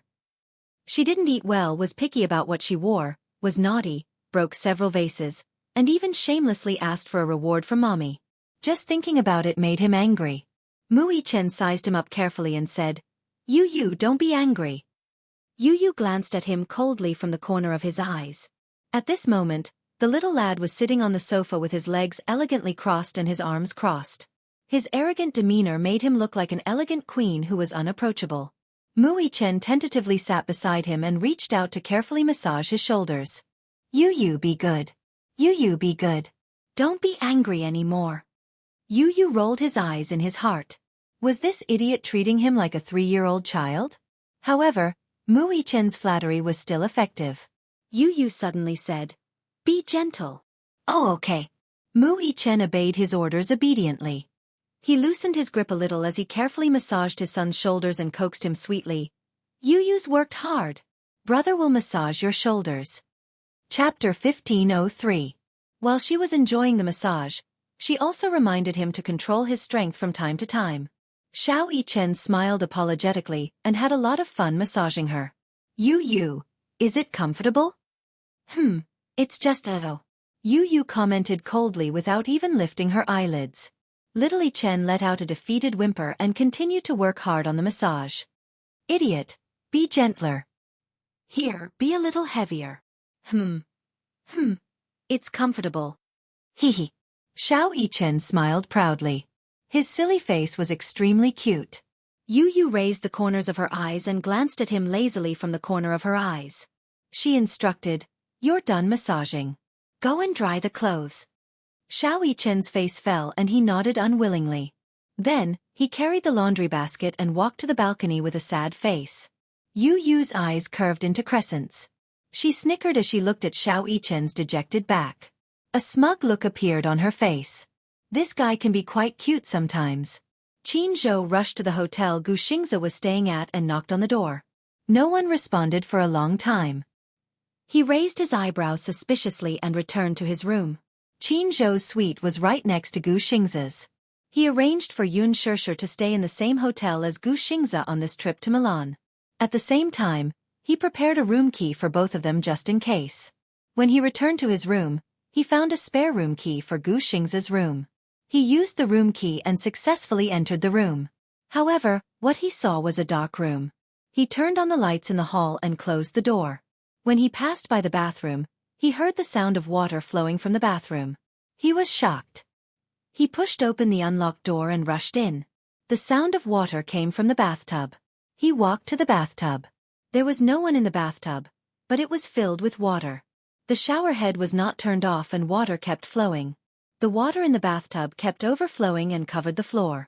As soon as he entered, his shoes became wet. Gu Xingze must have forgotten to turn off the shower head after showering. It seemed that he did not attend the banquet tonight and went straight back to the hotel. Qin Zhou frowned and turned off the water. If he did not check in time, he did not know when to see if the water would come flooding. Time to check. He walked into the bedroom and saw to the balconies open. The bedroom was a large suite, and the balcony was an open-air observation deck surrounded by floor-to-ceiling windows. The evening breeze poured in through the windows, making the curtains dance. The room was cold to the room. Two to the balcony, two to the balcony, to the balcony. Gu Xingze, dressed in a black bathrobe, was leaning lazily on the sofa with his head lowered. In the darkness, she could not see his face clearly, but she could still feel the deep aura emanating from him. He seemed to be a little tired. Qin Zhou's gaze fell on his hand. Between his fingers was a cigarette that was about to burn out. There was an ashtray on the low table next to him. The ashtray was full of cigarette butts. Qin Zhou was stunned. In his impression, Gu Xingze seldom smoked. He was not addicted to smoking. He only smoked a few cigarettes to refresh himself when he stayed up late to memorize the script. However, it was rare for him to smoke so fiercely. Qin Zhou's heart skipped a beat. Gu Xingze seemed to be lost in thought and did not notice his presence. Chapter 1504. Gu Xingze raised his hand and took another deep puff of the cigarette. However, this mouthful, perhaps because he inhaled too quickly, he choked fiercely. He suddenly covered his face and let out a heart-wrenching cough. Cough, cough, cough. It was heart-wrenching. Amidst his violent coughing, his fingers loosened and the cigarette fell on the carpet. The smell of burnt carpet instantly filled the air. Qin Zhou frowned, quickly turned on the floor lamp, and walked over. Gu Xingze's wet hair was exposed under the light. He looked up in shock. When he saw Qin Zhou, his eyes dimmed slightly. Qin Zhou walked to his side and sat down. He looked at him angrily, only to see that his body was dripping wet, especially his hair. It was as if he had just been fished out of a bathtub. He was only wearing a bathrobe, and his hair was dripping wet. It was as if he hadn't wiped it, and the ends of his hair were still dripping with water. Qin Zhou's heart ached when he saw this. How did this man in front of him become so decadent? In the past, Gu Xingze had always been high and mighty. He was cold, arrogant, and inviolable, like a king.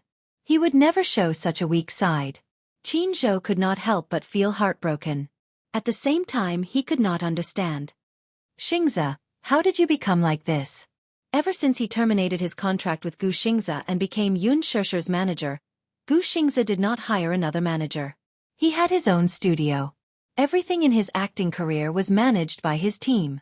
Gu Xingze opened his eyes lazily and did not say a word. He grabbed the cigarette box on the table and put a cigarette in his mouth. He was about to light it. Qin Zhou quickly snatched the cigarette from his mouth and said angrily, "How many cigarettes have you smoked? Why are you still smoking?" As he spoke, he glanced at the ashtray. The ashtray was full of cigarette butts. How many cigarettes had this guy smoked without saying a word? Qin Zhou said angrily, "Your new album will start recording soon. Don't you want your voice anymore?" Gu Xingze said in a low voice, "Give it to me. Don't smoke anymore." Qin Zhou ordered and confiscated the cigarette box. Gu Xingze watched his movements, but did not stop him too forcefully. He closed his eyes and let his body sink into the sofa, but his face was filled with unconcealable loneliness. Qin Zhou sat down across from him and remained silent for a long time. After what seemed like a century of dead silence, Gu Xingze suddenly spoke slowly. "What should I do if I fall in love with someone I shouldn't?" Perhaps it was because of the cigarette, but his voice was a little hoarse and obscure. It was low and broken, revealing a little powerlessness and confusion. Qin Zhou had never seen him so fragile. He moved his lips and took a deep look at Gu Xingze, but said almost cruelly, "Then don't love." Gu Xingze was confused. Qin Zhou forced himself to say coldly and heartlessly, "Don't think about it, don't think about it, don't look at it, and don't have any wild hopes." Gu Xingze stopped talking and looked down expressionlessly. Qin Zhou said coldly, "Cut off all the feelings you shouldn't have." "Cut off all the feelings?" Gu Xingze said indifferently, "If it's that simple, it's not a bad thing." Qin Zhou was speechless.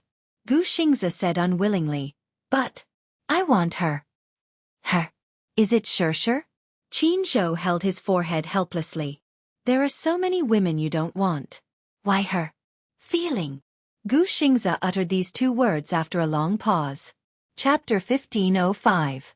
However, Qin Zhou was puzzled. He really couldn't understand why Xingze was so infatuated with Yun Shishi. "How do you feel?" Qin Zhou asked. Xingze narrowed his eyes as if he was smiling. "She gives me a warm feeling." "Warm? Living with her will definitely make you feel at home." Gu Xingze paused and said, "What I want, no one can give me except her. Don't let your imagination run wild. You'll meet someone more suitable." Qin Zhou stood up and held his shoulders. He advised in a low voice, "Actually, Xingze, you deserve to meet someone more suitable. All this time, you've been too closed off and unwilling to come into contact with the outside world. You immersed yourself in work and numbed yourself. Actually, you can find someone more suitable for you." Gu Xingze frowned but didn't say anything in the end. Qin Zhou sighed. Not long after his debut, he started to manage Gu Xingze. Gu Xingze had been in the industry for 10 years. He had been in the industry for 11 years. In these 10 years, he couldn't tell if it was him who made Gu Xingze or Gu Xingze who made him. After taking care of him for 10 years, Qin Zhou's heart ached for Xingze. When he first met Xingze, it was during a high-level meeting. Xingze entered the entertainment industry because he was once spotted by a talent scout on the streets of America.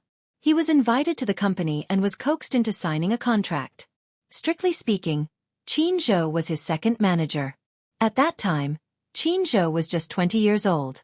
He was promoted from an assistant to a manager and was considered a greenhorn. When he first met Gu Xingze, his first impression was that the young man had an arrogant temperament. He sat at the table with a few executives surrounding him. They were all smiling and looking at him as if he was a money tree.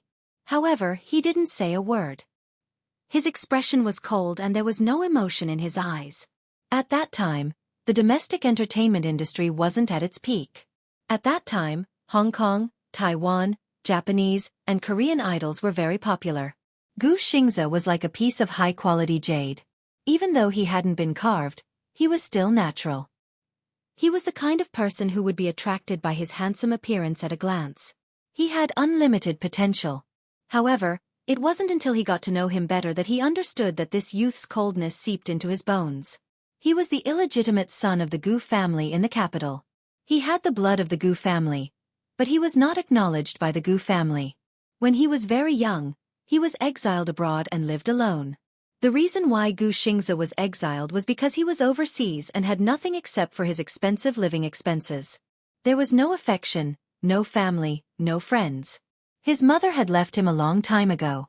Therefore, it could be said that Gu Xingze had always been alone. Therefore, the first time they met, Qin Zhou saw a strong sense of loneliness and melancholy in his eyes, as well as a distant aura that was difficult to get close to. He was usually a man of few words. It was only when he was on stage that he forced a smile as if he was wearing a mask. She was blessed with exceptional beauty and was sought after by her fans. Her first album was a whirlwind and she became famous overnight.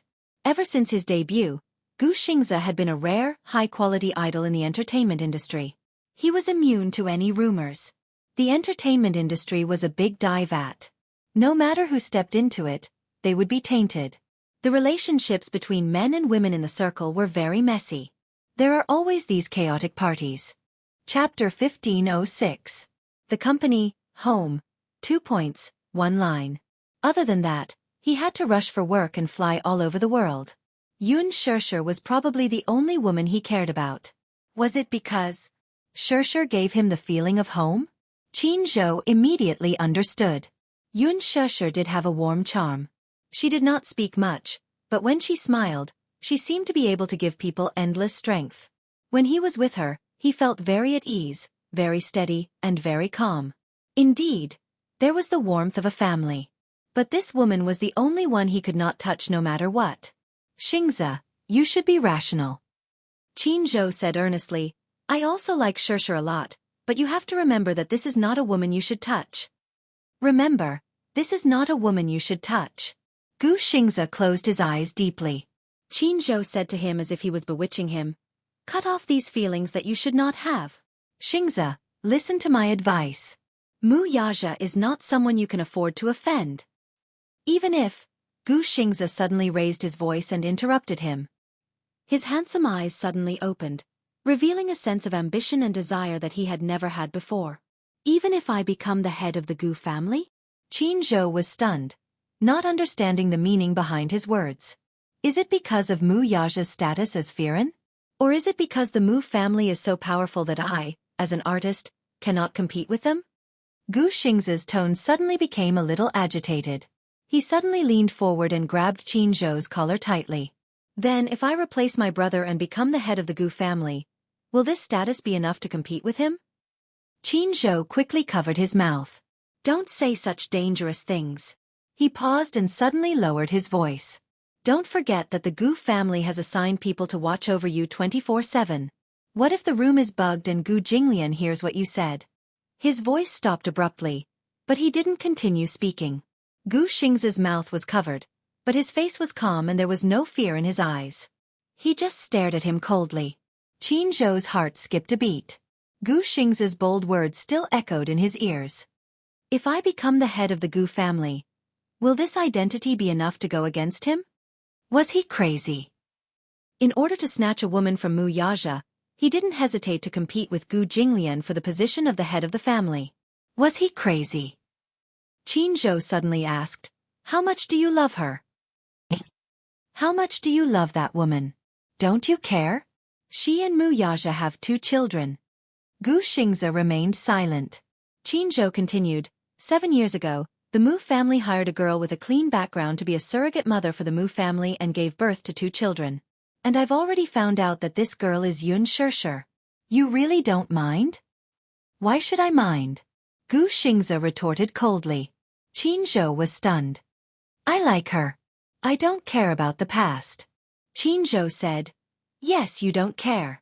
You're with her, but what about the 2 children? Gu Xingzi was silent for a while. Suddenly he said very seriously, I will be a qualified father for them. Qin Zhou couldn't believe it. Are you crazy? Yes, I'm crazy. Chapter 1507. You're crazy. Qin Zhou widened his eyes in disbelief. Is she worth it? Is she worth it? Gu Xingzi stared at him with determination. She's worth it. Qin Zhou was stunned and choked on his words. Gu Xingzi clenched his fists. Under the moonlight, his handsome face looked determined. I want to give her the happiest life. He wanted to give Shishir the happiest life. Even if you have to sacrifice your life for her? Qin Zhou frowned with a complicated expression. Yes. It was a simple word, but there was no hesitation. Gu Xingzi's eyes were unprecedentedly determined. In the past, he rarely took the initiative. Initially, he had hidden his feelings for Yun Shishir deep in his heart because he did not want his feelings to burden her. If you love someone, you should not be conservative, but you should not bring trouble to that person. But now he did not think so. Especially when he saw the scene on television where Mu Yaja held Yun Shishir in his arms as they walked down the red carpet. He could not take it lying down. He was not willing to give in. He was not willing to give up the woman he loved to someone else. Gu Xingzi walked to the rubbish bin and bent down slightly. He picked up the bouquet of lilies in the bin and held it in his hands. These were the flowers he had intended to give her. Qin Zhou stared at his proud back view. His expression was complicated, but there was also a trace of helplessness. He knew Xingzi well. Once he was stubborn, he was hopeless. He could not help but worry for him. Xingzi, have you thought it through? Gu Xingzi's back was facing him. He said in a low voice. Yes. I want to get Shishir back. Qin Zhou said, Have you ever thought that she doesn't love you? What will you do? Gu Xingzi heard this and turned around. His lips curled into an enchanting smile. No, I will make her fall in love with me. After the banquet ended, Yun Shishir searched the venue but did not find Qin Zhou and Gu Xingzi. She could not help but feel puzzled. At the same time, she felt a little empty in her heart. Why wasn't Gu Xingzi at the banquet? She did not see him today. Could it be that he did not attend? Did something happen? She was actually a little worried. Originally, Gu Xingzi had invited her to walk the red carpet with him, and she had agreed. But now that she had broken her promise, she could not help but feel a little guilty. When she dialed Qin Zhou's number, she couldn't get through either. Mu Yaja hugged her and asked, Who are you looking for? Yun Shishir turned around, and the panic in her eyes disappeared. She immediately replied, I'm looking for Qin Zhou. Why are you looking for him? I'm checking on you. Yun Shishir glanced at him. Why did it sound like an interrogation? Why? Can't I ask? Mu Yaja pretended to be unhappy and said, It's so late. He should be back at the hotel. Then he should have told me. I've already greeted him. What? Mu Yaja leaned close to her ear and said ambiguously, I told him that you are mine tonight. Hey! Yun Shusher gritted her teeth. She was a little angry at him for spouting nonsense. She could not help but glare at him. Why did you say that? It will cause a misunderstanding. Mu Yaja suddenly lowered his head and gave her a fierce peck on the lips. There was a hint of displeasure in it. Misunderstanding what? Yun Shusher was at a loss for words. The chauffeur arrived in the car. He hugged her and used one arm to stabilize her weight. He carried her into the car. As soon as they got into the car, he impatiently covered her lips again. Chapter 1508. Mu Yaja raised the partition, separating the driver's seat from the back seat. At the same time, he trapped her in his arms and kissed her passionately. In front of him, she was no match for him at all. She met his aggressive kiss with difficulty, but for a moment, she was so frightened by his ferocious strength that she did not know what to do. In just a short while, she was dizzy from his kiss and turned into a puddle of spring water in his arms. She was completely powerless to resist and was no match for his attack. As her consciousness drifted away, he hugged her and sat her in his arms. His long legs supported all of her weight as he hugged her back and continued this deep kiss. Yun Shusher was so pitiful that she was in a daze from his kiss. She closed her eyes and felt that the man in front of her would have turned into a flood and mercilessly devoured her in the next second if they were not still in the car. This kiss was not enough for him to taste her beauty. He went so far as to put his hand under her skirt. Yun Shusher was at a loss for words. Ah! Her face was as hot as blood. Don't! She lowered her voice and begged pitifully. Hearing her begging, Mu Yaja opened his handsome eyes and stopped her. What? Hey! We're still in the car. The more Yun Shusher spoke, the redder her face became. You! Don't be like this. Don't what? Mu Yaja mischievously tempted her to continue speaking. Yun Shusher's face was so red that she could not speak. She wanted to say that they were still in the car. Could he be a little more cautious and not be like a hungry wolf? Mu Yaja lifted her chin and his gaze fell on her beautiful face with simple makeup. His fingertips gently rubbed those alluring lips. Originally, her lips were smeared with a layer of bright red lipstick. However, after a passionate kiss, the color of her lips had already faded and returned to their original pink color. However, it was such a natural cherry blossom pink color that it was extremely easy to arouse his desire to ruthlessly ravage her. Kiss me. His words were not to be defied. Yun Shusher bit her lips hard, but she was too ashamed to obey his orders. Mu Yaja saw her hesitation, and his eyes burned with passion again.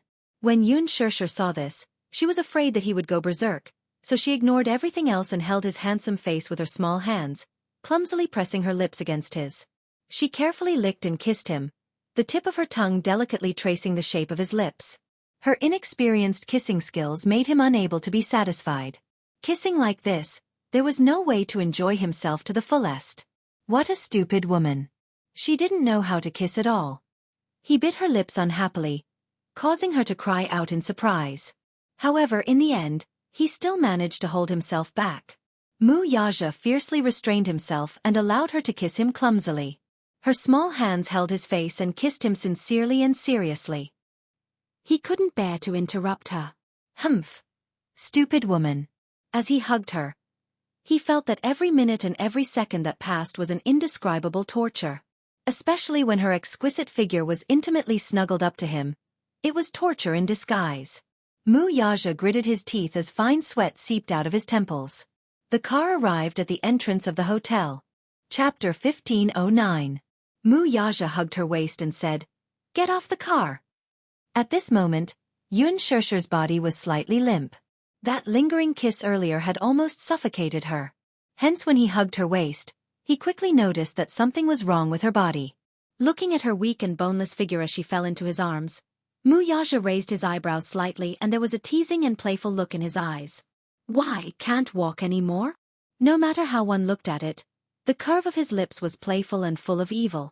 Yun Shusher couldn't help but feel annoyed and at the same time, she hated this man's evil smile as she stared at him in annoyance, feeling extremely embarrassed. She tugged at his sleeve and stammered, My legs are a little numb." Mu Yaja curled his lips slightly but there was an ambiguous flame in his eyes which landed on her face. So much so that Yun Shusher felt even more embarrassed from his deep gaze. This man. Really? This man was too evil. She was so embarrassed, and wasn't the main culprit behind all of this because of him? Mu Yaja casually admired her embarrassment, and didn't pull her or hug her. He just watched as she slowly got off the car, and with his long arms, he pulled her into his embrace. He couldn't help but kiss her earlobe as his heart was getting more and more anxious for her. However, he still forcefully endured it, and in his voice, there was a trace of unusual oppression and obscurity. Little thing, is this all you've got, Anne? You. Yun Shusher was even more embarrassed and angry as she raised her hand and hammered his chest.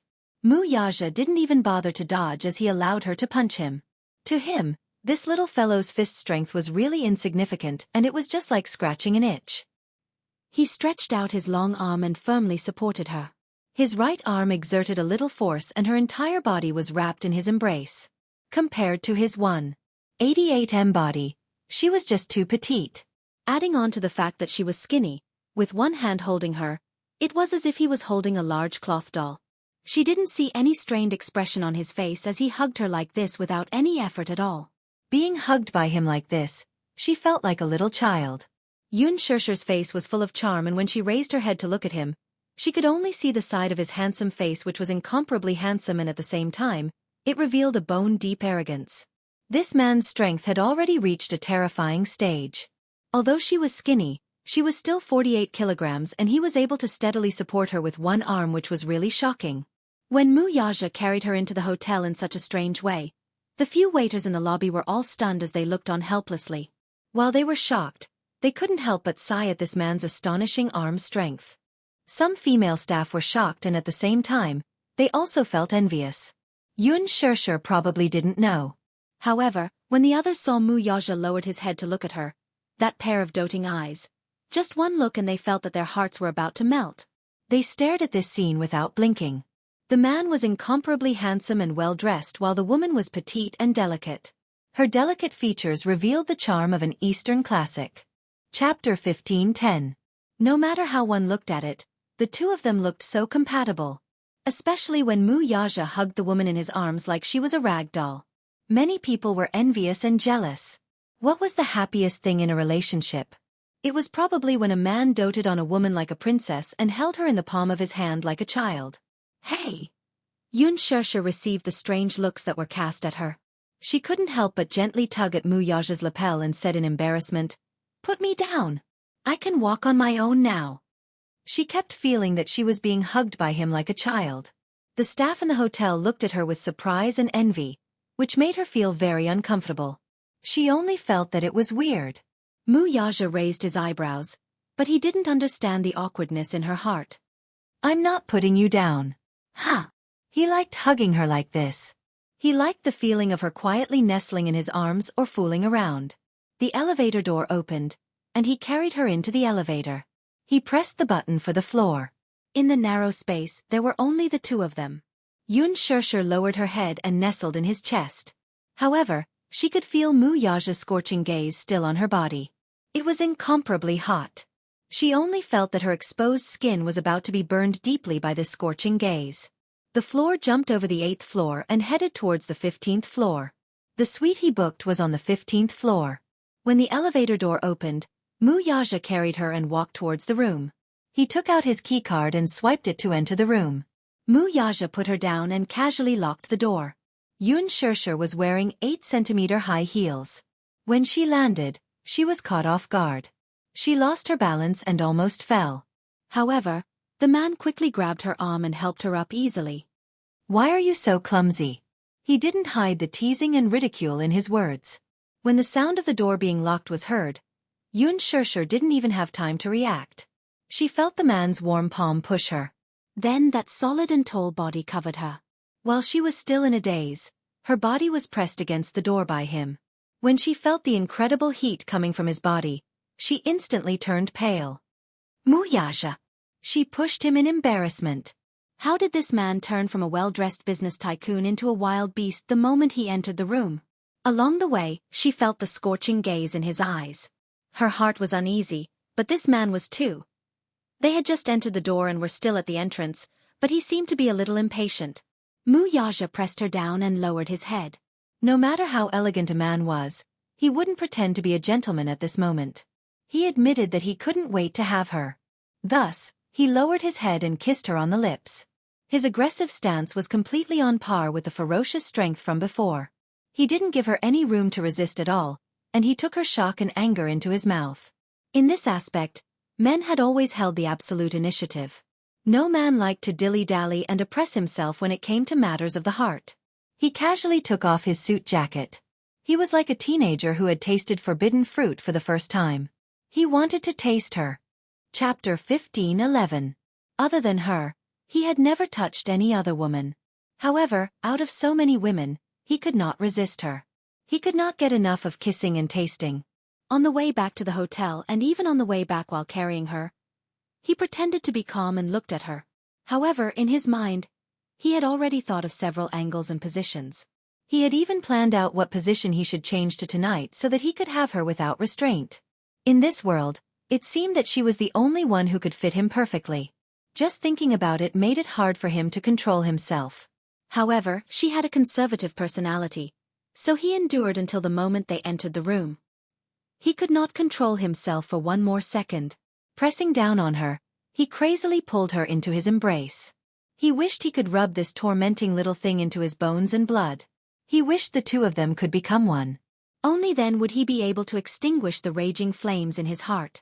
Even though he did not leave her for a moment, he still missed the pleasure of devouring her body. However, this little thing's stamina was too weak. After kissing her a few times in the car, she was already in a daze. How could this be? To him, that little bit of kissing was just an appetizer. He was greedy and could not satisfy his hunger at all. However, this was all she could do. Yun Shirshir could only feel the world spinning around her. His kiss was ferocious. With his arms around her waist, he spun her around and brought her to the sofa in the living room. In the dark, he pressed her down on the sofa and tasted her sweet breath without restraint. So beautiful. So sweet. He could not taste enough of her sweetness. Yun Shirshir was a little afraid of him. The man in front of her was very different from the elegant gentleman at the banquet earlier. At the banquet, he was arrogant, elegant, and courteous. However, at this moment, the man in front of her was more like a ferocious beast that had accurately targeted its prey. His gaze was burning as if she would be eaten alive in the next second.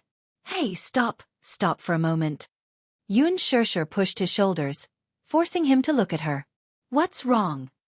Let's take a shower first, okay? She spoke softly as if she was begging him to be merciful. She wasn't ready yet.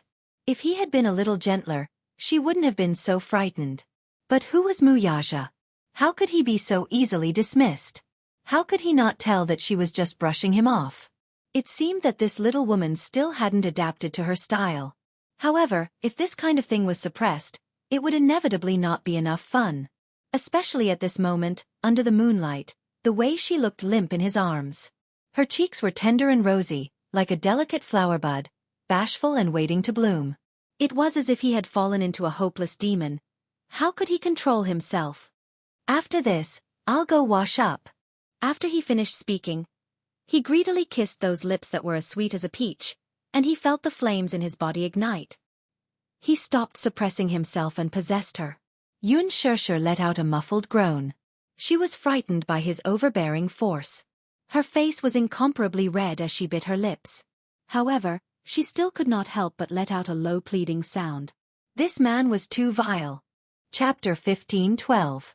After a brief lull in the battle that lasted for an hour, the man buried his head in her neck and breathed freely.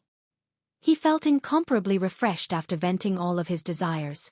Yun Shirshir closed her eyes as her chest heaved up and down. She was so weak that she couldn't even lift her eyelids. The man's powerful and sexy panting kept ringing in her ears. Her small hands were on his shoulders, and her fingertips were slightly clenched. Muyaja raised his head to look at the woman in his arms. She was sweating profusely and her clothes were sticky. After a battle, she was exhausted. Her expensive dress was torn into pieces by the man and thrown to the side mercilessly. Yun Shirshir nestled in his arms tiredly, but she couldn't muster any strength. Go take a shower, Muyaja said in a deep voice. However, he only said half of what he wanted to say. The second half was, Continue after you're done. Yun Shishir nodded in confusion.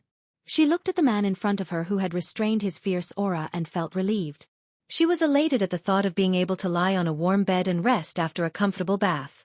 However, at this moment, she was like Little Red Riding Hood in a fairy tale. She didn't know that a big hungry wolf was silently hiding his tail behind his back and not showing it to her. After all, how could a man who had been suppressed for so long be so easy to get rid of? Mu Yaja carried Yun Shishir into the bathroom. The room he booked was a presidential suite. Just the bathroom alone was more than 20 square meters. The bathtub was big enough for 2 people to lie down in, and it was big enough for the 2 of them to have sex with each other. He turned on the shower and held her in his arms as he carefully massaged her thighs. Yun Shishir blushed beyond reason. This man. How did he know that her thighs were so sore at this moment? However, she couldn't help but admire Mu Yaja's attentiveness. Usually, after sex, he would pay attention to her movements when she got out of bed. He always felt that her thighs were a little uncomfortable and her walking posture was a little unnatural. He seriously looked up some information in this regard. Yun Shishir could not help feeling satisfied. She nestled in his arms and allowed him to knead and pinch her as she fell into a sweet sleep. Just as the bathtub was filled with water, the doorbell suddenly rang. Mu Yaja raised his eyebrows suspiciously. He didn't want to pay attention to it, but the person outside the door saw that no one was paying attention and rang the doorbell even more impatiently. Yun Shishir was awakened by the doorbell. She looked up and opened her eyes in confusion. Who's ringing the doorbell? I'll go take a look. Mu Yaja knitted his brows in displeasure. He got up, put on a bathrobe, tied it up, and walked out of the door. He walked to the entrance, and as soon as he opened the door he was stunned. He saw Lin Ji standing outside the door. When she saw him open the door, she couldn't help but blush. There was a hint of wanting to say something. Mu Yaja frowned slightly and sized her up. He saw that she was wearing silk pajamas that were almost transparent. She stood shyly outside the door with her head lowered and her hands clutching the hem of her skirt. She looked a little shy and timid. His gaze suddenly noticed something strange. He glanced at her chest and saw that her full chest didn't seem to be covered by the pajamas. Through the material of the pajamas, he could see everything inside. Chapter 15:13. Lin Ji had returned to the hotel early after the banquet. She was ambitious and had been preparing for tonight's event for a long time. When she saw Mu Yaja at Louis Vuitton's studio, she was stunned. Mu Yaja was the biggest boss behind Huanyu. He held the largest share of Huanyu's shares and was the boss of Huanyu. He could also be said to be the emperor who controlled the entertainment industry. However, as the successor of Mu Yaja, he was used to keeping a low profile and rarely exposed himself to the limelight. Everyone thought that he would be an ordinary man. However, when Lin Ji saw this mysterious business tycoon with her own eyes, she was shocked. Oh my God! What a handsome and cool man! He completely shattered her original impression of this man. He was tall and slender, with an imposing aura. His handsome features were exquisite, and his perfect and elegant temperament crushed all the little fresh meats in the entertainment industry. He was so handsome. If he was in the entertainment industry, he would definitely gain countless fans. However, this man was a business tycoon, an elite of the empire. He held the vast Mu Empire in his hands and was incomparably honorable. A man like this, no matter what kind of woman, would flock to him like a flock of ducks. Was Mu Yaja Yun Shishir's sugar daddy? Lin Ji could not help but be suspicious. After connecting the dots, she was certain of this idea. Mu Yaja must be Yun Shishir's backer. Otherwise, how could Yun Shishir get so many resources when she just debuted? Even if her manager was Qin Zhou, these resources were too generous. So many people could only dream of it. At first, she felt indignant. How could Yun Shishir get to hook up with such a handsome, rich, and powerful sugar daddy like Mu Yaja? When she thought about it again, the first person she slept with when she debuted was an elderly investor. When she thought about it, she instantly felt that it was quite unfair. Therefore, Lin Ji made up her mind to snatch Mu Yaja, this big shot, from Yun Shishir's hands. She hurried back to the hotel from the banquet. The hotel she was staying at was different from the one Mu Yaja was staying at. Lin Ji racked her brains and finally found out the hotel Mu Yaja was staying at. She packed her luggage and hurried over. Mu Yaja had already booked a luxurious suite downstairs from the presidential suite. She specially redid her makeup and deliberately imitated Yun Shusher's makeup. It was clear and beautiful, light and delicate. Mu Yaja took a fancy to Yun Shusher because he liked Yun Shusher's aesthetic style. Pure, immature, and even like a young student. These days, the big bosses in the circle all liked this kind of taste. Thus, Lin Ji imitated Yun Shusher's dressing and took off all her clothes except for a silk nightgown. She stood in front of the mirror and looked at herself in the mirror. The silk nightgown was extremely light and thin. Under the light, one could easily see the outline of her body wrapped in the nightgown through the fabric. It was a little ambiguous. Lin Ji was very pleased with herself. She purposely dressed so sexy and flirtatious. She didn't believe that Mu Yaja wouldn't take the bait when she sent herself to his door like this. Lin Ji's ambition was huge. She fantasized about seducing Mu Yaja. After she took this man for herself, Yun Shusher would be mercilessly kicked away. Chapter 15:14. At that time, all she had to do was think about how to get close to him, coax him, and make this sugar daddy happy. When the time came, she would be able to marry into a rich family in glory. That was the direction she should be working towards. There were so many female celebrities in the entertainment industry. How many of them entered the industry purely because of their passion for acting? Most of them used acting as a springboard to fame.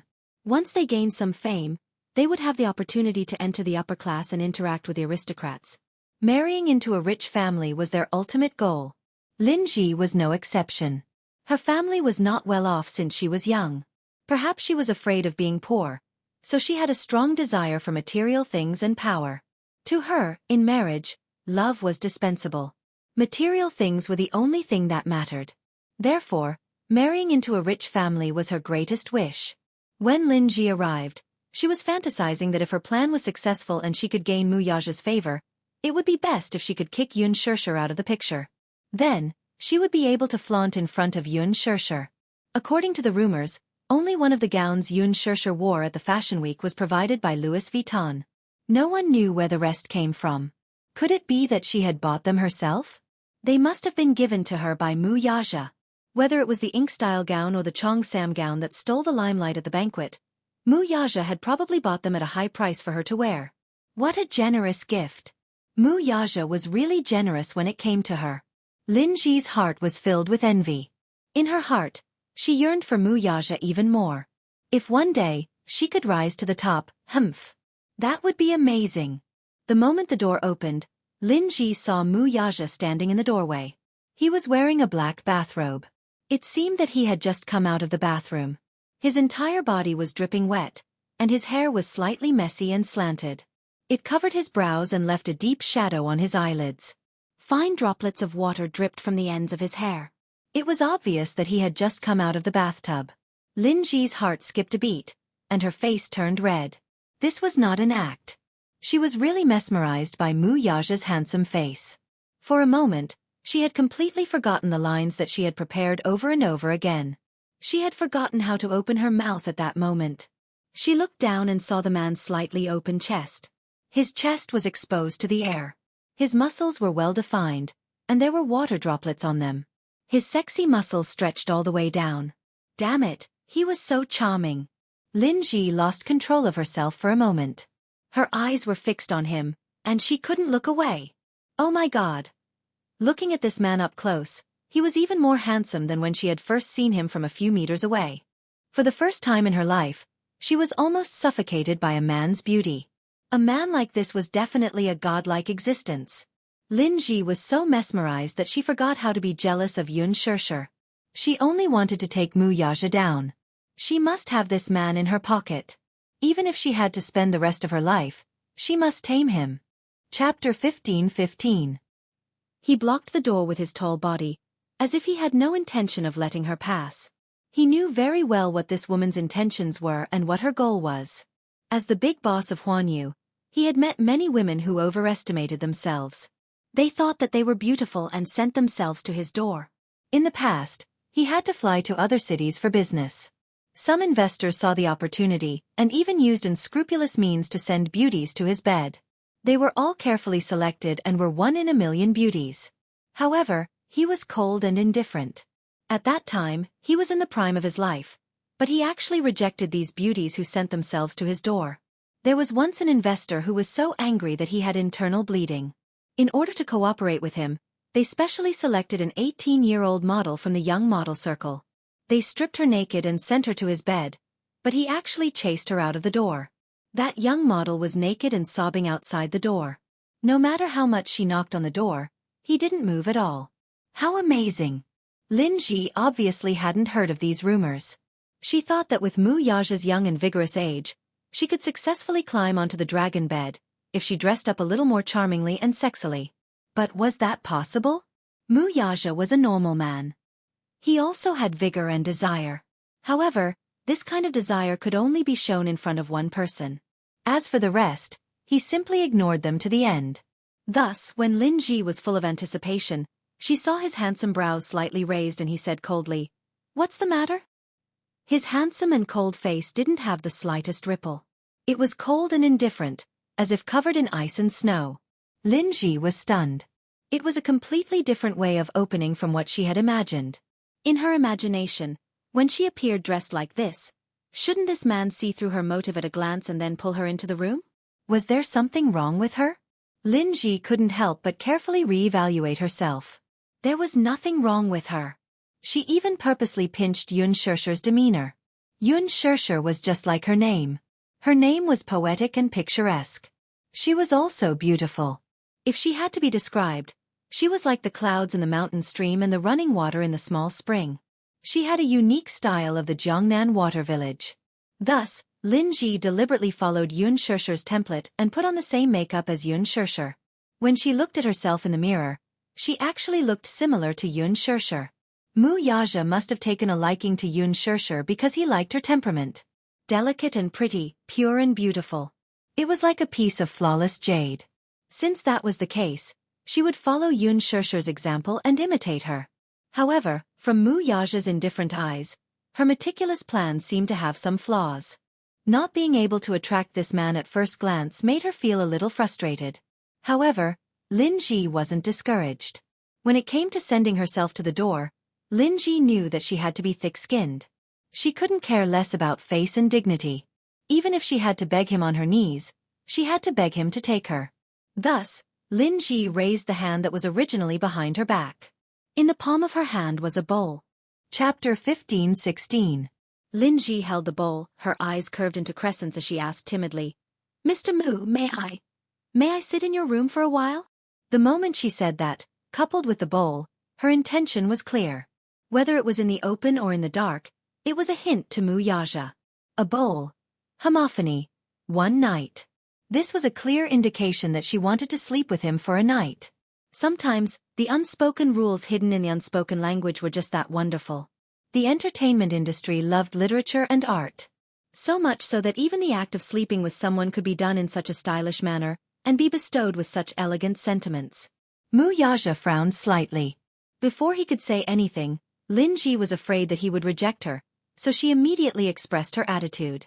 "Mr. Mu, don't worry. I'm very obedient, very obedient. I'm a very obedient woman. I won't do anything that makes you unhappy, and I won't play any tricks. I'll definitely follow your orders like an imperial edict. But, please don't reject me, okay?" After a pause, Lin Ji moved greedily and cautiously a few steps closer to the door. Tonight, she had to enter this room. Even if she couldn't climb into his bed, it didn't matter. Entering this room would at least mean that she had succeeded. Not far from here, she had specially ordered someone to secretly take a video. Once she entered this room, they would make a screenshot. When the time came, even if she didn't succeed in hooking up with a big shot like Mu Yaja, she could still use these videos to create hype. Lin Ji had put a lot of thought into this and was very scheming. Mu Yaja asked coldly, "Who asked you to come?" Lin Ji was stunned. "There's no one? I wanted to accompany you of my own accord." "No need," Mu Yaja said decisively and was about to close the door. However, how could Lin Ji give up just like that? Seeing that Mu Yaja was about to close the door and shut her out, she made up her mind. She clenched her teeth and unexpectedly stretched out her leg, trying to use her own flesh and blood to block the door from closing. Mu Yaja didn't notice at all, and he didn't expect her to do that. The door closed and her leg was pinched. Ah! With a stifled cry, Lin Ji's legs went limp and she half knelt by the door. Mu Yaja turned around and realized what had happened. This woman actually used her leg to block the door from closing. So vicious and merciless? Most people were ruthless only because of their attitude towards others. This woman was so cruel to herself. While Mu Yaja was in a daze, Lin Ji took advantage of the moment he was distracted and limped in through the crack in the door. Even if he had to crawl into this room. Lin Ji crawled into the room and closed the door behind her. Mu Yaja was completely stunned by her unscrupulous methods. After a long while, he finally returned to his senses and let out a cold laugh. "Woman, you have some tricks up your sleeve." In order to enter his room, she had even resorted to the ruse of injuring herself to gain his confidence. Using his own flesh and blood as the price? However, he had already seen many such shameless women and had long been used to it. Would these tricks work? He didn't like her at all. "Get out." Mu Yaja didn't give her any leeway and said coldly, "No." Chapter 15-17. Just let me stay here tonight, okay? Let me serve you well. Don't worry, I'll definitely serve you well and satisfy you. As she spoke, Lin Ji actually took the initiative to kneel in front of him and reach out, wanting to touch him. Mu Yaja glanced at her from the corner of his eye and nimbly retreated, intending to avoid her at all costs. Lin Ji was instantly annoyed. How could she forget that Mu Yaja should like reserved and shy girls like Yun Shirshir? She actually forgot for a moment and revealed her true nature, impatiently wanting to pounce on him. He didn't like her like this. Thus, Lin Ji smiled and asked, "What do you like? Can I learn?" Mu Yaja was expressionless. Lin Ji continued, "If you like someone like Yun Shirshir, I can also become like her." "What's your motive? You can just say it. Don't beat around the bush." Mu Yaja impatiently interrupted her. Lin Ji's eyes widened, but she heard his cold and clear voice like snow. "What's your motive? Just say it, and get lost after you're done." He could very well pick her up and kick her out of the door.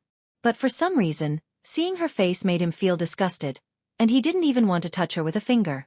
He could clearly see that Lin Ji's timid and shy demeanor, like Lin Daiyu's, was deliberately imitating someone else. However, some people's temperaments were very unique. When it came to themselves, it was natural, and people couldn't help but want to protect and dote on them. However, if this temperament were to be imitated by others, it would only seem suspicious and pretentious, and especially disgusting. Yun Shirshir had a spiritual aura about her, but this spiritual aura couldn't be imitated. The hardest thing to imitate in a person was temperament. Lin Ji couldn't help but feel extremely embarrassed. She had never fallen into such a predicament before. In the past, when she delivered herself to the door, those rich men who saw her were clearly like hungry wolves who saw their prey. They couldn't wait to ferociously pin her down on the bed and devour her until she was skinned alive. But when it came to him, why did he get snubbed? Not to mention that she had been given the cold shoulder, she had shamelessly entered the room, but he had chased her away. She was really unwilling to accept this. Lin Ji felt extremely wronged. She blinked her eyes, and bean-sized tears rolled down her cheeks, dripping onto the expensive carpet under her feet. Why can't I?" Lin Ji suddenly raised her voice and stared at him with tears in her eyes. She looked extremely pitiful. "How am I inferior to her?" Lin Ji raised her voice. "I can serve you well. At the same time, I will be very obedient. If you say one, I won't say two." Before he could finish, Yun Shirshir's shocked voice suddenly came from the bathroom. "Mu Yaja?" Mu Yaja suddenly turned his head, only to hear Yun Shirshir's suspicious voice. "Who's in the living room?" Yun Shirshir was originally lying in the bathtub, leisurely taking a bath. She was exhausted from being tormented by him. Looking at her body, she was bitten by a vile man with bruises intertwined, as if she had been bitten by poisonous insects. The shower in the bathroom was still running, so at first, she couldn't hear the movement outside the door at all. Until Lin Ji's grievances and cries alarmed her. Only then did she realize that there was someone else outside the door. Chapter 15-18. However, her brain was slow to react and she couldn't remember who it was. However, she could tell that it was a woman. Yun Shirshir was shocked and curious about what was going on outside the door. She could hear a hint of conflict in the woman's voice. Hence, she stood up and casually wiped her body. Then, she put on a bathrobe and walked out of the room. Muyaja. Yun Shishir called out softly again, but it sounded very natural. Lin Ji finally heard that the voice wasn't a hallucination. There was a woman in this room. This woman is so capable. She could call Muyaja by his full name. He was a big shot with high authority and was from a prestigious family. She didn't even dare to look him in the eye. Yet, this woman could call him by his full name. She didn't have the time to figure out who this woman was. She could only curse silently. No wonder this man didn't want her to come in. It was no wonder that when she opened the door, she saw that he was wet. Her arrival had probably disturbed his good time. Alas, by the time she realized who the voice had come from, Yun Shishir's figure appeared in her line of sight. Yun Shishir walked into the living room and looked over. She saw Lin Ji half kneeling in front of Muyaja in an extremely awkward and embarrassed posture. In an instant, Yun Shishir's expression changed. She frowned and looked at Muyaja in confusion. Then, her gaze landed on Lin Ji's face. Her eyes were full of contempt. Why are you here? Why are you here? Almost at the same time, they spoke in unison. Lin Ji was shocked. In the next moment, her gaze locked onto Lin Ji. Yun Shishir was wearing a bathrobe. Because the belt of the bathrobe was tied very tightly, it wrapped around her entire body tightly. However, it was a bathrobe after all. The view on her neck couldn't be hidden no matter what. Therefore, Lin Ji could see the jade-like collarbones and fair skin on her neck at a glance. What was even more eye-catching were the incomparably ambiguous kiss marks. It was easy to imagine what had happened to her body just now. She was no longer the innocent girl who had just left school. He immediately understood what had happened in the living room just now. Because even now, she could still smell the lingering charm in the living room. It was so ambiguous that it made her blush. This was a mark that would only be left after an intense love affair. Yun Shishir followed her line of sight and looked at her own body. She caught a glimpse of the incomparably eye-catching mark and immediately pulled it into her clothes to cover it up. Lin Ji finally understood that she had come at a bad time. What happened? Yun Shishir looked at Muyaja suspiciously, as if waiting for an explanation. Why was Lin Ji here? Most importantly, she was wearing such revealing clothes. Although her clothes were neatly worn, the texture was really thin. Under the illumination of the light, her body could be seen at a glance. Yun Shishir came to a sudden realization as well. She finally understood what the other's motive was. She was planning to seduce someone with her beauty. Muyaja glanced at her coldly from the corner of his eyes. Get lost. Chapter 15:19. Left with no other choice, Lin Ji could only tidy herself up, wipe her tears, and return home dejectedly. Only then did this farce come to an end. Yun Shishir furrowed her brows in apparent displeasure. How could a woman send herself to his doorstep, kneeling and begging for his favor? Why did these women treat him like a tyrant from ancient times? Most importantly, this woman was Lin Ji, an incomparably disgusting woman. Yun Shishir felt as disgusted as if she had swallowed a fly. It was as if a fishbone was stuck in her throat, and she instantly felt uncomfortable all over. Even though Muyaja didn't do anything substantial, Lin Ji's behavior had unintentionally made her uncomfortable.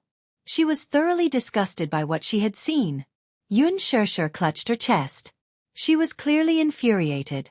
She wasn't angry at Muyaja, but she was deeply disgusted by Lin Ji's shamelessness. This was the first time she had seen it. Then, what about when she wasn't around? Did such things keep happening? Once she thought of the danger lurking around him, and the fact that so many women saw him as a god, chasing after him, and falling in love with him. Her possessiveness was incomparably shameful. She felt dirty. There was an expensive carpet at the entrance. When Lin Ji knelt, she instantly felt that it was an eyesore. Thinking of how Lin Ji looked just now, kneeling there in disgust, she couldn't stand it anymore. She walked over and threw the carpet out of the door in disgust like a child. Muyaja looked at her childish behavior, but he couldn't help but chuckle softly. He reached out and pulled her into his arms. However, he noticed that her body was extremely stiff. He knew that she was disgusted, and even a little jealous. However, he still found it funny and asked knowingly, "What's wrong?" "Nothing." Yun Shishir gave a cold reply, as if she was a little peeved. Muyaja smiled faintly. He was a little glad that after Lin Ji's torment tonight, he finally saw that this woman could be quite cute when she was jealous. This was the first time he saw her so jealous. She was fuming with anger, her hands holding her lapels, and a hostile aura that kept people away. Especially on that delicate and cute face, her delicate lips were slightly pouted, and he couldn't help but want to kiss her. And he too had done the same. He grabbed her chin, leaned in, and kissed her lips. Yun Shirshir pushed him away a little angrily, and questioned him a little unhappily. Does this happen often? Compared to her inexplicable anxiety, he seemed to be very patient, and responded unhurriedly, with a nonchalant attitude. Yun Shirshir was even more displeased. Do women like her often come knocking on your door in the past? The she was referring to was naturally Lin Ji. She wondered if there were many women like Lin Ji who had ulterior motives, coveting him. Were those women still sending themselves to his door dauntlessly, like a stream of carrots crossing the river, and begging for his favor? They were clearly in a civilized society of the 21st century, but these things that only happened in ancient times were really happening to her now. How laughable! There were actually women who trampled on him like this. He was happy to see her doubtful attitude. Chapter 15:20. Did this stupid woman finally have a sense of crisis? Did she finally understand that her man was also in high demand and that many women were eyeing him covetously? Finally, she was worried about this too. Mu Yaja was especially satisfied. However, he pretended to be natural and said, "A lot." His provocation was not intentional. Hence, Yun Shirshir did not detect anything unusual from his tone. She frowned and looked shocked. "A lot." "Yes." The man's lips curled into a smile as he retorted, "Isn't it normal?" Yun Shirshir was suddenly speechless. Yes, wasn't this a very normal thing? There were many such scenes in the entertainment industry. Lin Ji was one of them. Yan Bingqing, Han Yuyen, and the other A-listers had all done the same. Even Yang Mi, who got along with her peacefully, relied on the unspoken rules to get to her position. This was an indisputable fact. The entertainment industry was a luxurious circle. Beauties, money, power, and all kinds of darkness could find shelter here. Yun Shirshir's body stiffened when she thought of this. Mu Yaja said lazily, "There are many women in the entertainment industry. In order to get to the top, they send themselves to the rich man's room. What you don't know is that whenever I book a hotel, my hotel room number and all other information will be revealed in the next second. Then, many women will appear at my door, dressed in all kinds of flirtatious and seductive clothes." Yun Shirshir asked relentlessly, "What about you? Do you open the door and let them in?" "No." Mu Yaja was very calm about this. "No." Yun Shirshir was clearly skeptical of his claim. Then what exactly was the situation just now? Mu Yaja said, "In the past, I didn't like to interact with women in the industry. I thought they were dirty and disgusting. Those bodies looked beautiful, but under those beautiful faces, there was greed and lust. I didn't like it." What about Lin Ji? Yun Shirshir obviously did not want to let go of this point. "Why did you let her in?" Mu Yaja frowned. He was indeed wronged on this point. Was he the one who let this woman in? "I closed the door." "Oh." Then she used her leg to block it. Yun Shirshir was shocked again. There was such a thing. This was too much. How could she be so shameless? She was rejected and still shamelessly came to him. How thick-skinned. Yun Shirshir uttered these words with a frown. Mu Yaja teased, "Do you think everyone is as thin-skinned as you?" Yun Shirshir. She stared at him helplessly. "Okay, be good. My little fella is jealous." Mu Yaja patted her head and coaxed her gently, as if coaxing a child. "Don't be angry, okay? You won't look good when you're angry." Yun Shirshir completely lost her temper. "I'm not in the mood to quarrel with you." She turned her face away. Obviously, she was still sulking. It was true that she could not blame him for this matter. However, she was still very angry and had nowhere to vent her anger. She kept it in her heart and did not know how to release it. She could not blame him, but she did not want to bother with him either. However, Mu Yaja found it funny. This woman, once she started to feel awkward, she really couldn't be coaxed with just a few words. Chapter 15:21. The feeling of being jealous was surprisingly good. It felt really good. At least, It felt like she was being cared for. Muyaja was in a good mood. Hence, he reached out and clasped her shoulders, turning her body around to face him. There was a satisfied playfulness in his eyes. "Are you jealous?" His voice was low and deep, with a hint of devilish magnetism. Just like the rich and mellow red wine, it was enough to intoxicate anyone who heard it. Even Yun Shirshir couldn't help but be stunned by his deep and magnetic voice for a few seconds. When she came back to her senses, she still kept her lips tightly shut and didn't make a sound. Muyaja's gaze fell on her face. It was a little charming, a little cute, and a little twisted, but it made him faintly feel more excited. He lowered his head and precisely captured her breath, gently sucking on those tender and moist lips. Yun Shirshir couldn't help but push him. "Hey!" Muyaja didn't have the time to care about her struggle. She exerted more strength in her hand and pushed him away a little. "I'm still angry." In other words, she wasn't in the mood to do these things at the moment. "Why?" He frowned slightly, feeling slightly displeased by her rejection. He didn't like her rejection. However, he could tell that she was still conflicted. Yun Shirshir looked up and stared at him seriously. "I don't want this to happen again." She didn't want to see any woman clinging on to him and not letting him go. She didn't even want to see such a ridiculous thing happening in a hotel. She didn't like it and didn't want to see it again. She would feel disgusted, and at the same time, she would feel repulsed for a long time. Repulsed because she was extremely insecure. She was afraid of losing him. This feeling of insecure was not good, and it was very unpleasant. Muyaja stared at her but didn't say anything for a moment. He kept quiet. In the silence, Yun Shirshir was originally waiting for his response. However, when she didn't get a response, she looked up uneasily and saw that he was also staring at her deeply without blinking, as if he was deep in thought. "What happened?" Yun Shirshir pursed her lips. "Is my request too much? You should admit that you're jealous." Muyaja suddenly curled his lips and nodded. He leaned closer to her face and looked into her eyes. He touched her nose and said, "You're jealous of me." Yun Shirshir was startled. She knew in her heart that she was indeed jealous. This was undeniable. However, she was reserved and shy. For a moment, she was too embarrassed to admit it. Thus she said, "I just don't like," she stuttered, as clumsy as a helpless child, not knowing how to express the bitterness in her heart. I don't like this feeling." Muyaja patiently waited for her to express herself.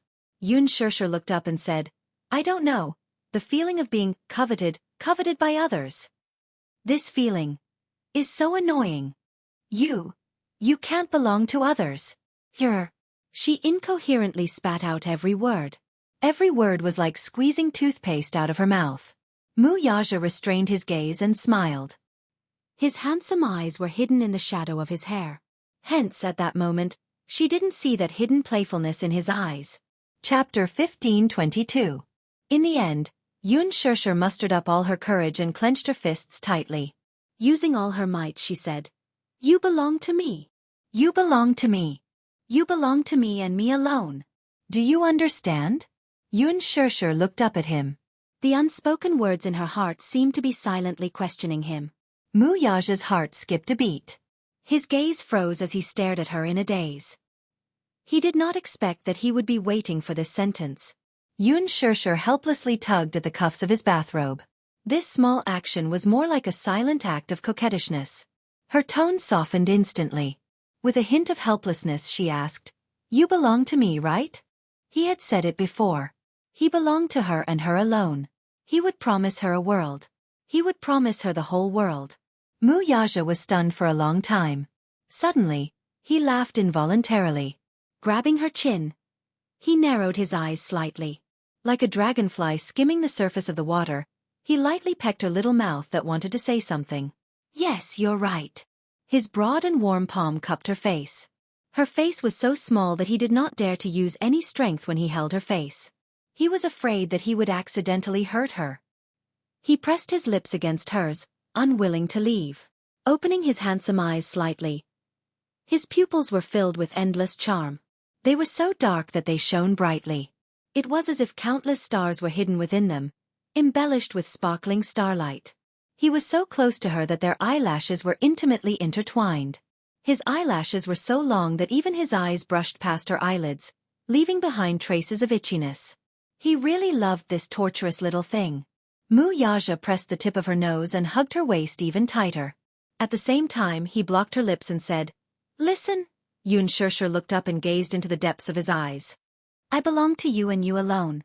He said each word with a pause. Every word was said with incomparable seriousness. "Do you like this answer?" Yun Shirshir was taken aback. It was as if a certain part of her heart had been struck hard, causing her to go limp. Mu Yaja smiled, but before she could respond, he kissed her. However, this kiss was not as domineering and fierce as it had been at the beginning. Instead, it was soft and gentle as it rubbed against her lips. Hugging her waist, he continued the unending kiss.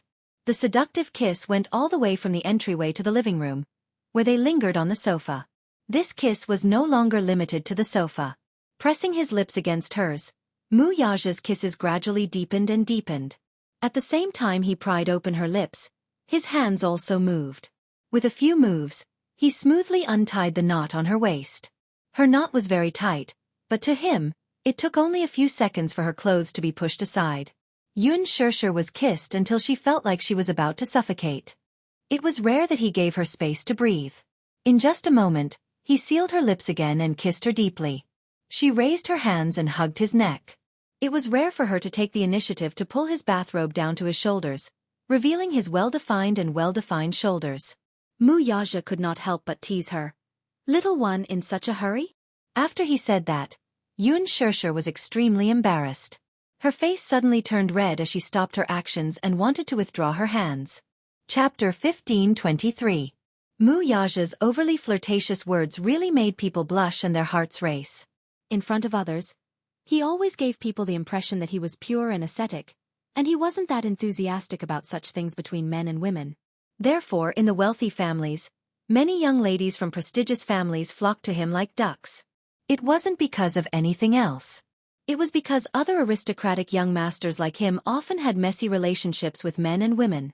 However, there had never been any rumors about him having a messy relationship.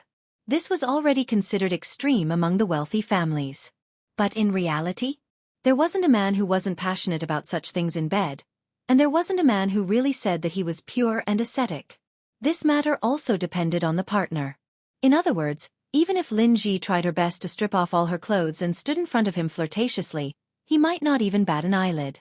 However, even at this moment, the woman in his arms stood in front of him fully clothed, without doing anything.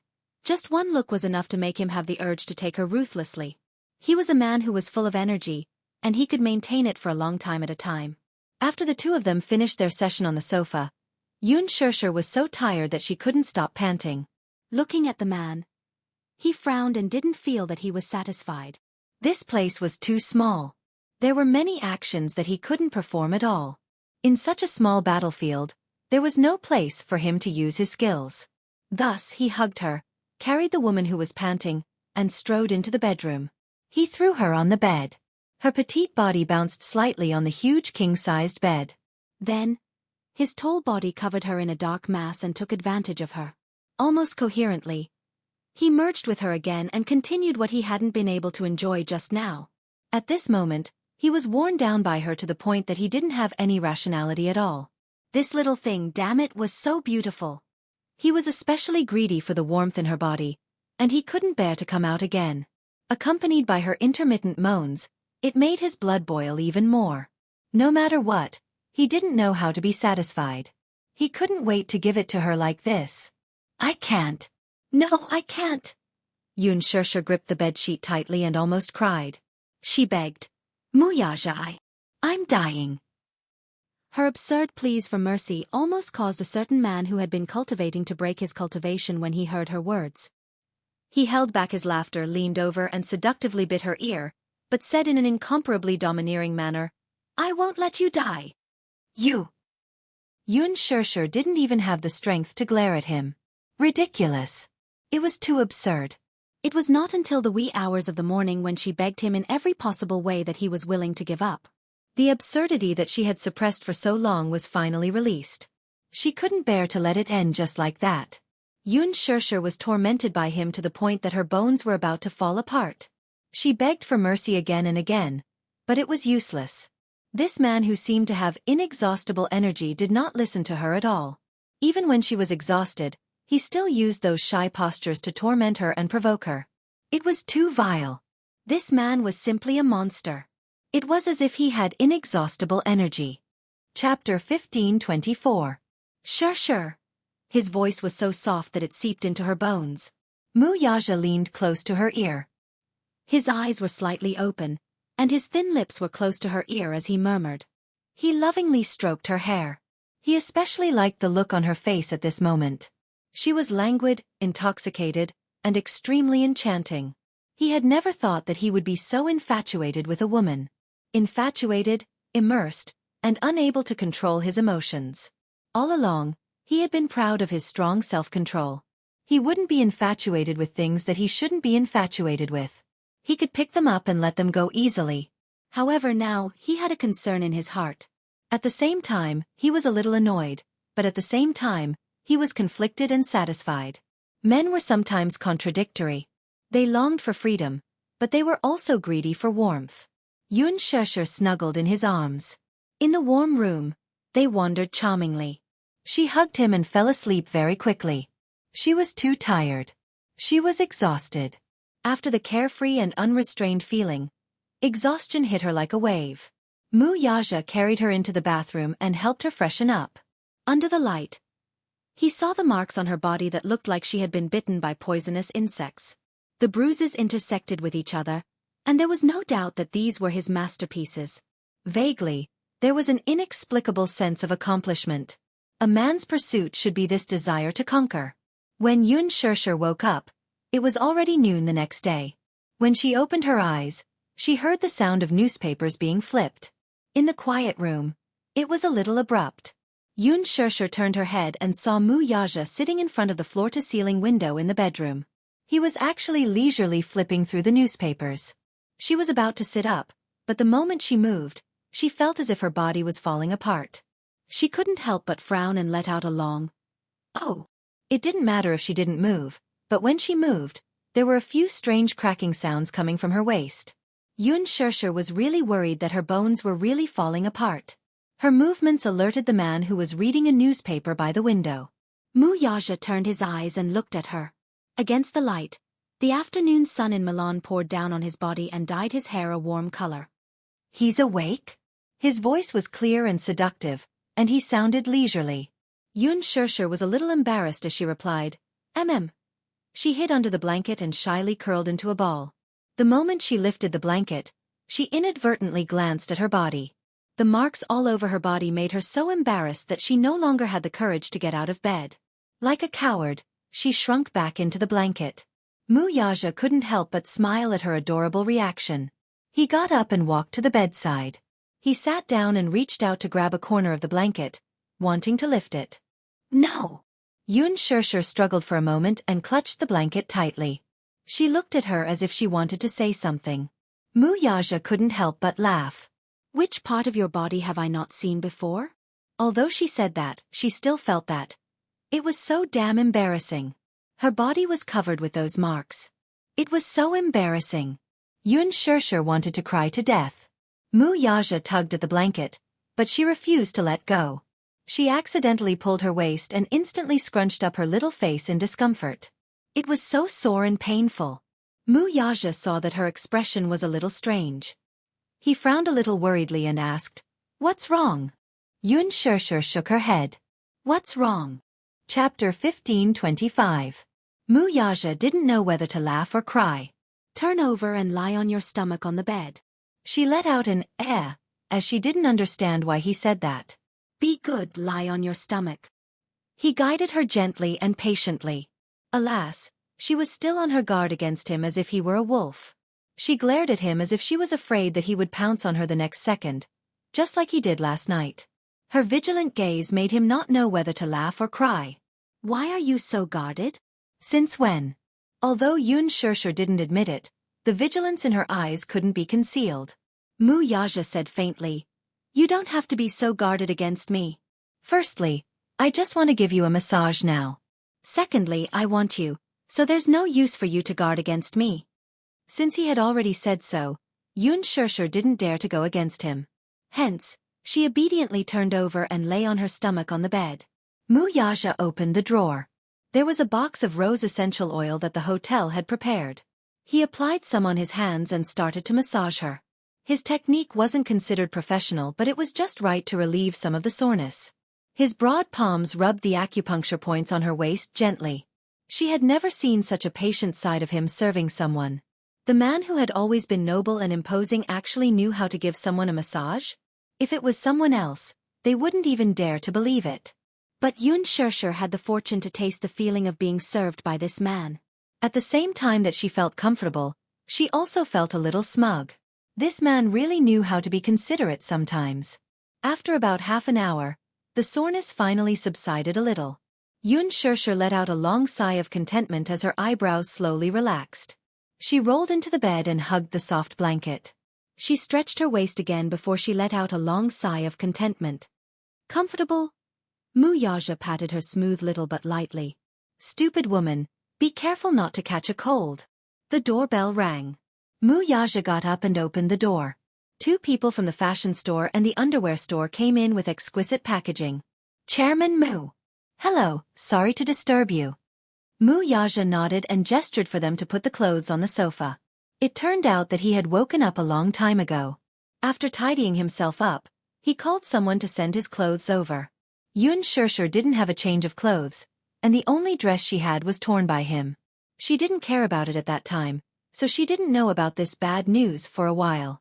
If she knew that Mu Yaja had casually tore the 8-figure dress he had given her into pieces and threw it into the trash can like garbage, she would definitely cry from anger. It was not that he did not cherish that dress, but at some point in time, a man pursued a desire to conquer. At the same time, he did not want her to wear this dress again. Too enchanting, too eye-catching. When she wore this dress, no matter how it covered it, it made her look exceptionally sexy and beautiful. She was his treasure. This kind of beauty was not allowed to be coveted by others. When he sent the clothes into the bedroom, Yun Shirshir saw the exquisite packaging in his hands and was a little confused. This is new clothes. Mu Yaja put it on the bed. It's already ironed. Just wear it directly. Chapter 1526. At this moment, she couldn't help but be amazed by this man's magical powers. He had actually grasped her measurements so accurately. Be it her bust, waist or hips, there was not a single mistake. It was perfect. The style of the clothes was also good. The fabric was tight and covered all the marks on her body. Otherwise, she really wouldn't know how to face others. Especially her neck, which was full of love bites, could be seen at a glance. Oh my God! What exactly did he do to her body? Yun Shirshir felt angry and amused at the same time. Mu Yaja ordered someone to deliver breakfast or lunch. After Yun Shirshir ate, she suggested that they go shopping. Since they were already there, they should buy some souvenirs before leaving. There's nothing to shop in Milan. Mu Yaja didn't have any good suggestions. Milan was a paradise for shopping maniacs, but there wasn't anything special about it. The flight had already been arranged. Yun Shirshir decided to return home early. Hence, she made a call to Qin Zhou to inform him. You're returning home today? As expected, Qin Zhou was obviously very angry when he heard that she was returning home early. There are a few more special shows coming up. If you don't stay and perform well, why are you rushing back now? Why don't you go to heaven? Yun Shirshir said aggrievedly, I saw that I was on the headlines. I'm already satisfied. Qin Zhou was speechless. Yun Shirshir said pitifully, Chairman Qin, let me go back home. I'm so tired. I want to have a good rest. There are still a few more scenes to shoot. I need to conserve my energy so that I can handle those high-intensity scenes. Qin Zhou then said mercifully, Forget it. You go back home first. If you don't want to appear in the airport show, then so be it. Okay. On the way to the airport, they passed by a fashion plaza in the center of the bustling city. On the huge electronic screen, there was a report about the fashion banquet last night. She and Mu Yaja were there. Yun Shirshir looked at the image of her and Mu Yaja holding hands, and the corners of her lips curled up involuntarily. On Weibo, there were endless reports about Fashion Week. Many media websites had created special reports about Fashion Week. However, because it was Mu Yaja's first official appearance in front of the media, there was no doubt that she used Mu Yaja's presence to jump onto the headlines like a rocket. For a long time, the public had many speculations about the mysterious young CEO of Mu Group. Finally, at the Milan Fashion Gala, the mysterious crown prince finally unveiled his mysterious veil. His handsome appearance and elegant temperament immediately attracted the attention of countless people. Mu Yaja's appearance was undoubtedly breathtaking. So much so that the limelight suddenly overshadowed all the A-list big shots in the country who had rushed to the fashion show, firmly occupying the first place of the hot search. Soon, the netizens on Weibo gave him the title of National Prince Charming. Oh my god! The CEO of Mu Group is so handsome. His handsomeness is on a whole new level. Oh my god, I'm going to abandon my Xingxia and follow this CEO. He can obviously make a living with his face, but he has to rely on his talent. I heard that this young and mysterious CEO is worth hundreds of millions. Chapter 1527. The Mu Group plays an important role in the country's economy. It's like the heart of the country. He's rich, handsome, rich, and good-looking. He's practically God's favorite. Oh my god, he's so handsome. The CEO of the Mu Group is so handsome. I've decided that I want to bear his children. Yu was sitting in front of the computer when she read the netizen's comment. She almost spat out a mouthful of milk on the computer screen. She tried her best to hold it in but choked on the milk and coughed violently. She was dreaming. How dare she covet her daddy? She even said that she wanted to bear daddy's children? Was that even possible? Yu logged into her account. Her fingers flew across the keyboard as she typed a few lines of words. Arthur. Do you think you can sleep with him? Auntie. Let me kindly remind you that it's daytime now. Go to the supermarket and buy a pillow. It'll be faster for you to dream. A few seconds after he replied, the netizen retorted angrily. Who are you? I want to sleep with my idol. What does that have to do with you? You're such a busybody. Yu frowned and sneered. She replied, Mu Yaja is my daddy. Of course I have the right to say that. Humph. Auntie, just give up. My daddy is already taken. After she finished typing, Yu leaned against the back of her chair elegantly. She looked relaxed and relaxed. Less than 10 seconds later, the netizen replied, I think you're the one who's dreaming, right? You even said that he's your daddy. Who are you? Where did this primary school student come from? You're crazy. Mu Yaja is your daddy. Who would believe that? Yu raised her eyebrows but did not reply. She turned off her computer and walked to the French windows. She was in a good mood. Seeing mommy and daddy appear in front of the public together, seeing them holding hands, this feeling was really good. It turned out that happiness was not a difficult thing after all. After Yun Sheshe returned to China, she hurried home.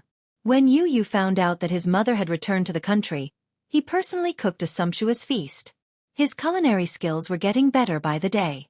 Compared to his past culinary skills, his culinary skills were obviously on another level.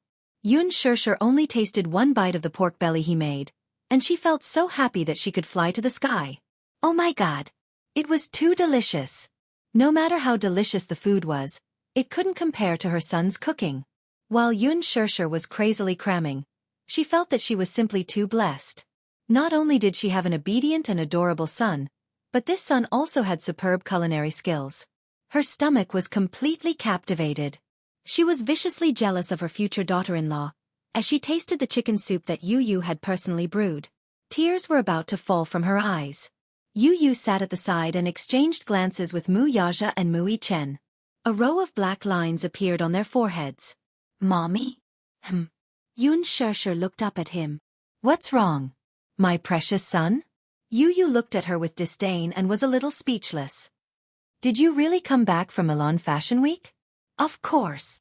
Before Yun Sheshe could finish her sentence, Yu frowned and said disdainfully, but looking at the way you eat, you look like you escaped from a refugee camp in Africa. Yun Sheshe was quite upset. She instantly felt as if thousands of arrows had pierced her heart. She complained in an aggrieved manner. You have such a sharp tongue. The truth always hurts. Chapter 1528. Puffed. Mu Yichen couldn't hold it in any longer and spat out a mouthful of chicken soup onto the table. Mu Yaja's lips twitched violently. He glanced at the petrified and hurt woman and said, "Good son, I thought you would be used to it by now." Yu Yu snorted and said, "I am used to it. But the way you eat is too ugly." Mu Yichen gritted his teeth and held back his laughter. He carefully looked back and forth between Yu Yu and Yun Shishir. Yun Shishir tried to explain herself. "I'm hungry. Also, Yu Yu's cooking is so delicious that mommy can't control my hunger." "You don't care about your image when you're hungry." Yu Yu raised his eyebrows and said disapprovingly, "Mommy, how many times have I told you? You have to be ladylike and elegant." Yun Shishir explained, "Mommy has always been very elegant and has maintained a ladylike image." After she said that, she didn't forget to blissfully wink at him. Yu Yu clutched his chest and said, "Then mommy should be considerate of Yu Yu's feelings. The way you eat is too scary." Yun Shishir almost exploded from Yu Yu's sharp tongue. This child was getting more and more sharp-tongued. How scary was the way she ate. Yun Shishir felt hurt and said sadly, "Yu Yu, please don't be so mean. Mommy will pay attention to her table manners." That's more like it. Good mommy." After he said that, he added, "Eat slowly. Otherwise, it won't be easy to digest. The soup is still warm. If you drink it too quickly, it will burn your throat." Yu Yu's chicken soup was very good. There was a layer of oil on the surface, so Yun Shishir accidentally scalded the tip of her tongue. Yu Yu stood up and used a spoon to scoop away the hot oil. He then scooped a new bowl of chicken soup for Yun Shishir and placed it in front of her. Then, he rested his chin on his hands and looked at her with a doting smile. "Mommy, try it." Yun Shishir carefully blew on it and took a sip. She raised her eyebrows in surprise. "It's delicious." Yu Yu then scooped a bowl for Mu Yaja and Mu Yichen. Mu Yaja also took a sip and raised a brow. Although he did not express anything, the incredulity in his eyes showed that he was amazed by the taste of this bowl of soup. Yu Yu didn't ask him how it tasted. He was very confident in his cooking skills. He spent a lot of effort on this bowl of chicken soup and tasted it personally. He didn't add any flavorings, but it was still very delicious. Judging from Daddy's expression, he was also amazed by this bowl of chicken soup. Little Chen, on the other hand, was drinking without a word. Although his face was expressionless, he was still smacking his lips in satisfaction after gulping down the entire bowl of soup. It was obvious that he was not satisfied yet. "Yu Yu, when you get married in the future, will you still be willing to make chicken soup for mommy?" Yun Shishir suddenly asked pitifully. When she thought about how happy Yu Yu's future wife would be, Yun Shishir finally understood why there were so many grudges between mother-in-law and daughter-in-law. When she thought about it, she actually felt a little sad. Yu Yu replied matter-of-factly, "Of course. Yu Yu will take care of mommy's chicken soup for the rest of my life." Yun Shishir was very touched. At the same time, she was also touched by Yu Yu's cute and witty reply. "So cute. Let mommy kiss you." Chapter 1529. After returning to China, Yun Shishir rested peacefully for a few days. She made up for all the sleep she had missed while rushing to work. However, this peace only lasted for a few days. As soon as Qin Zhou rushed back to China, a lot of work came crashing down on him. After returning from Milan, each artist's team began to show their prowess and churned out press releases in full swing. Especially Lin Ji's team, they exaggerated the grand occasion of Lin Ji's red carpet appearance to the heavens. It was as if a fairy had descended to the earth and stunned everyone. However, no matter how much they exaggerated, the photos were just placed there. It didn't give people the impression that she was stunning. The main reason was that after Qin Zhou's team displayed Yun Shishir's live photos, it gave people the impression that Lin Ji's style was overshadowed. Without comparison, there would be no harm. This sentence was the absolute truth when it came to this matter. This infuriated Lin Ji's team, especially Lin Ji. Her face turned ashen when she saw the stark contrast between how the netizens were belittling her and Yun Shishir. She couldn't stand the sharp eyes of the public. Lin Ji had always boasted of being the #1 beauty in ancient costumes, but she couldn't stand being compared to Yun Shishir. Her temperament was clearly defeated. This Qin Zhou is really something. As soon as he returned to China, he couldn't wait to start a bloodbath. He wanted to praise Yun Shishir to the heavens. However, wasn't it just bragging? It only took a short while for Qin Zhou's team to be smug. After the popularity of Fashion Week, who would pay attention to Yun Shishir? This time, however, Lin Ji was once again taken aback. Within a few days, Louis Vuitton's official Weibo posted a group photo that shocked the entire entertainment industry. It was a group photo of Louis Vuitton's CEO in Greater China, Han Donghua, Louis Vuitton's brand director, Shi Andy, and Yun Shishir. The three of them sat together, smiling at the camera. When the official Weibo posted this group photo, it only included a handshake and a heart-shaped emoji. No other information was revealed.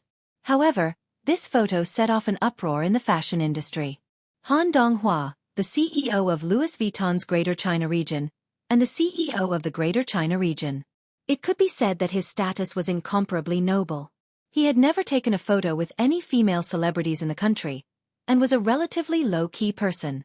As for Louis Vuitton's brand director, Shi Andy, he was one of Louis Vuitton's top executives who held great power behind the scenes. They rarely exposed their tracks to the public. Louis Vuitton's official Weibo published this group photo, which made people's imagination run wild. At that time, Louis Vuitton's official Weibo also published a photo of Gu Xingze and the two men. After that, Gu Xingze signed a contract with Louis Vuitton and became the brand ambassador of Louis Vuitton in Greater China. The outside world couldn't help but speculate.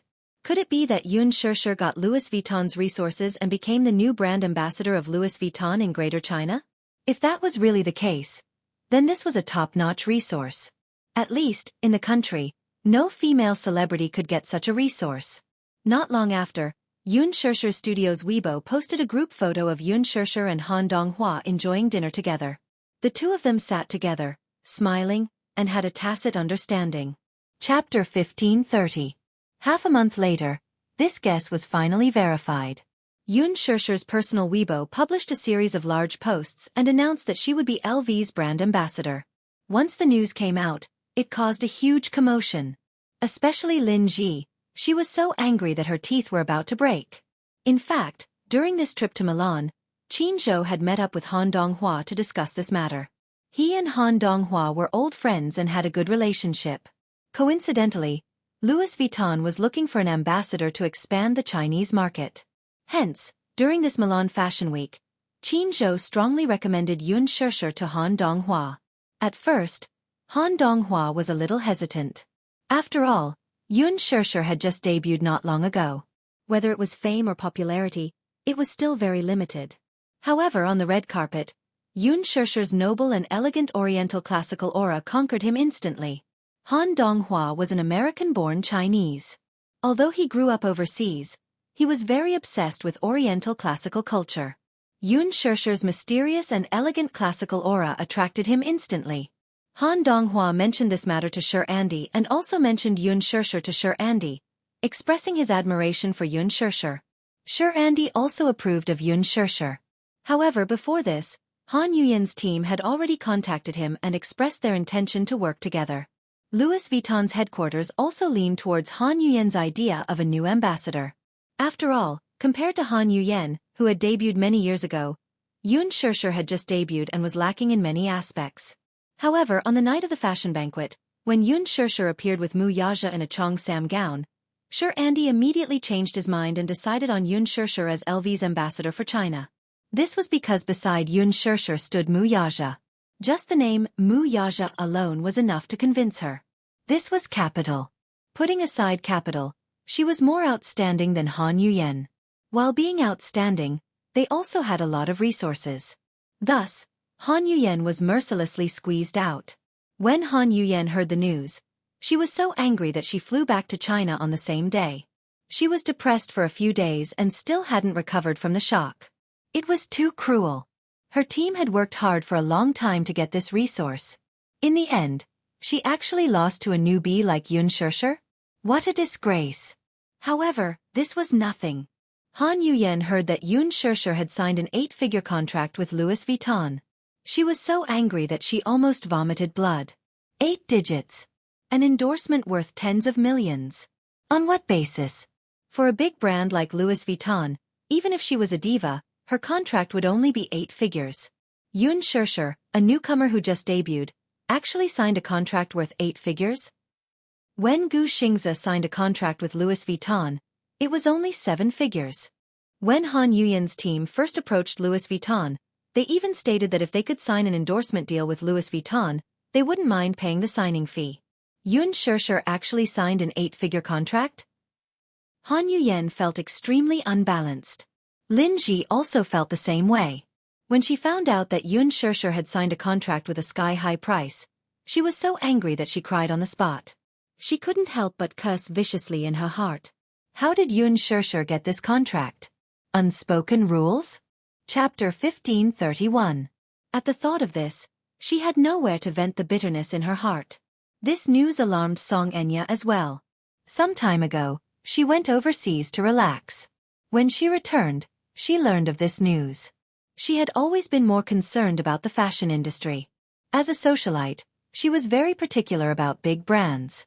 She was also keen on international brands like Louis Vuitton and Chanel. When she browsed Weibo and learned of this news, she was also a little shocked. Yun Shishir actually signed with Louis Vuitton? Brother Mu must have helped her get the resources, right? Otherwise, how could a newcomer who had just debuted get such a top fashion resource like Louis Vuitton? In the past few days, after she returned, she discovered that there seemed to be a huge change in the Mu family. There was a huge upheaval in the Mu group. Mu Lianjue had passed away from an illness. The 4th son of the Mu family, a core figure with a high position in the family. Not only that, Song Enya also noticed that Mu Wanru seemed to have disappeared. The Muse announced to the public that Mu Yaja and Mu Wanru had broken off their engagement. Song Enya did not know whether to be happy or worried about this news. She was happy that since Mu Yaja and Mu Wanru had broken off their engagement, did that mean that she had another chance? However, she was worried that even if Brother Mu and Mu Wanru had broken off their engagement, so what? Yun Shishir, this stumbling block, had not been dealt with yet. At the thought of Yun Shishir, Song Enya felt that this woman was really detestable. Why was Brother Mu still not tired of her? She thought that Brother Mu would have long gotten tired of Yun Shishir. However, when she returned to the country, she saw Yun Shishir's face that made her want to strangle her to death. She was extremely disgusted. She still remembered the smug look on that B*TCH's face when she personally went to apologize to Yun Shishir for Brother Mu's sake. Song Enya felt as disgusted as if she had swallowed a fly alive. In her eyes, Yun Shishir was a lowly commoner, while she was a high and mighty noble lady. She actually wanted her to lower her head and apologize to this lowly commoner. However, for the sake of elder brother Mu, she could endure this anger. For the sake of elder brother Mu, she gritted her teeth and endured this grievance. The problem was that this lowly commoner actually did not accept her apology and even accused her of being insincere. Song Enya was so angry that she wanted to tear her into pieces. As a high and mighty noble lady, as the daughter of a socialite and the mayor's daughter, it was already a great favor for her to bend down and apologize to her. Not only did she not Yun Shishir, but she was also insulting her. However, this lowly commoner had Brother Mu's support and love. She couldn't do anything to her for the time being. This was what infuriated her the most. This was simply unbearable. Song Enya could not do anything to her, so she went abroad to relax. When she returned, she found out that Brother Mu and Mu Wanru had broken off their engagement. However, not long after this news was spread, Song Yunchi brought back a shocking piece of news. Enya, do you know? Mu Wanru has gone crazy. When Song Enya heard this shocking news from Song Yunchi, she was dumbfounded. For a moment, she could not digest this shocking news. What? Mu Wanru has gone crazy? Chapter 1532. Song Enya came back to her senses and pestered Song Yunchi. That can't be, right? Brother, you're lying. Why would I lie to you? Song Enya looked at him with her hands behind her back and still had some doubts. Maybe you're joking with me? Song Yunchi sat on the sofa, lit a cigarette, and took a deep puff. Seeing Song Enya pestering him with a suspicious expression, he did not know whether to laugh or cry. Do I have nothing better to do? Why would I joke with you like this? Then how did you know? Song Enya still did not believe him, but she compromised and wanted to find out more about the situation from him. Do you want to know? At this moment, Song Yunchi deliberately kept her in suspense.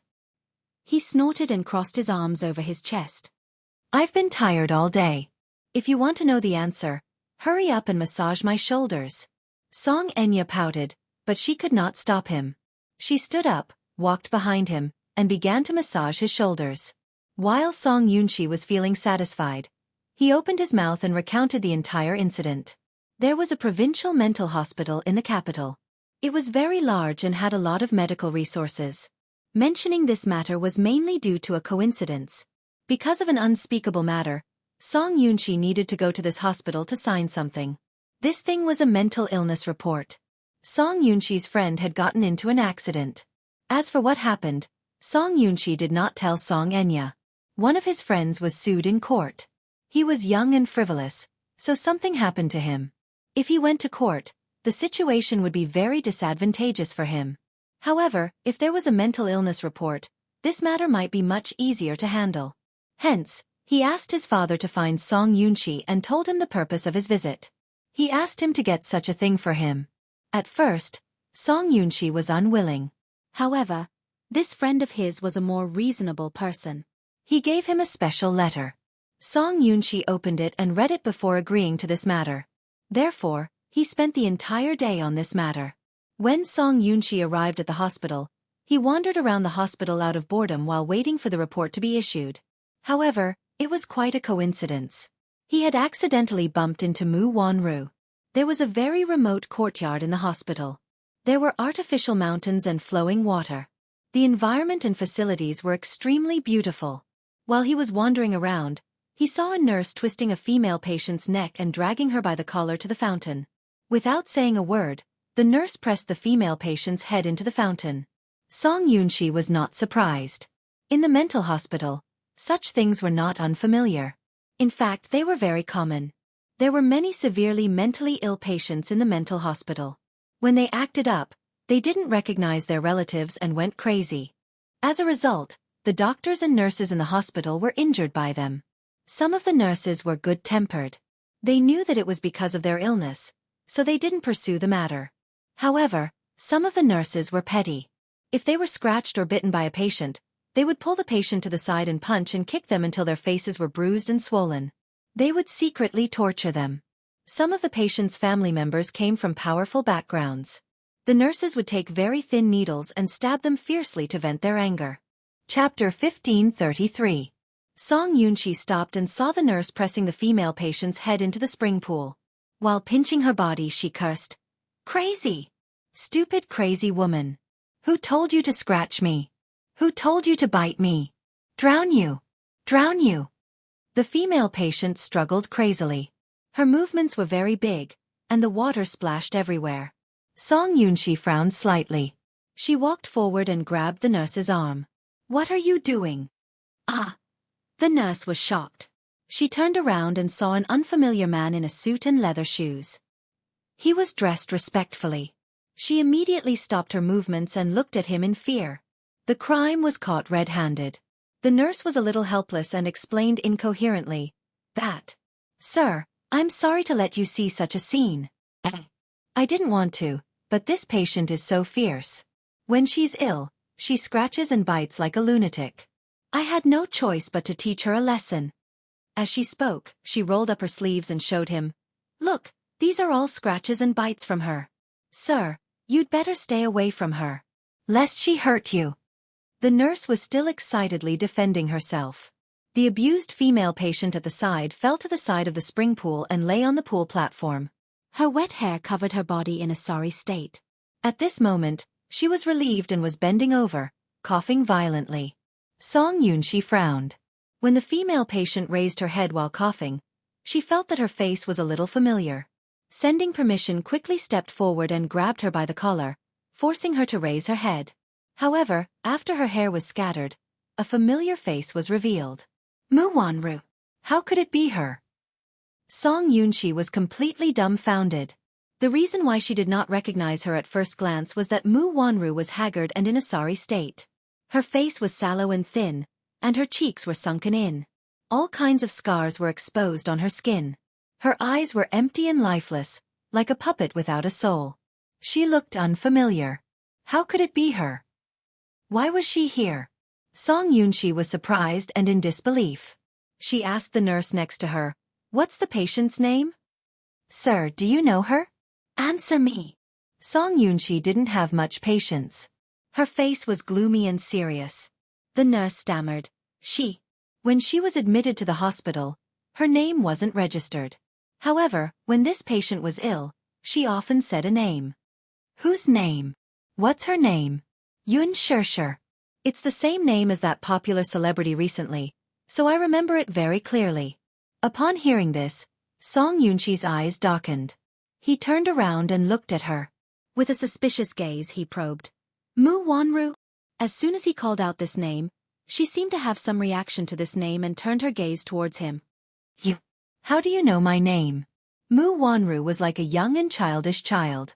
She laughed crazily a few times, pointed at him, and then pointed at herself. You know me? Song Yunshi turned pale with fright. His suspicions were confirmed. This person was Mu Wanru. But why was she here?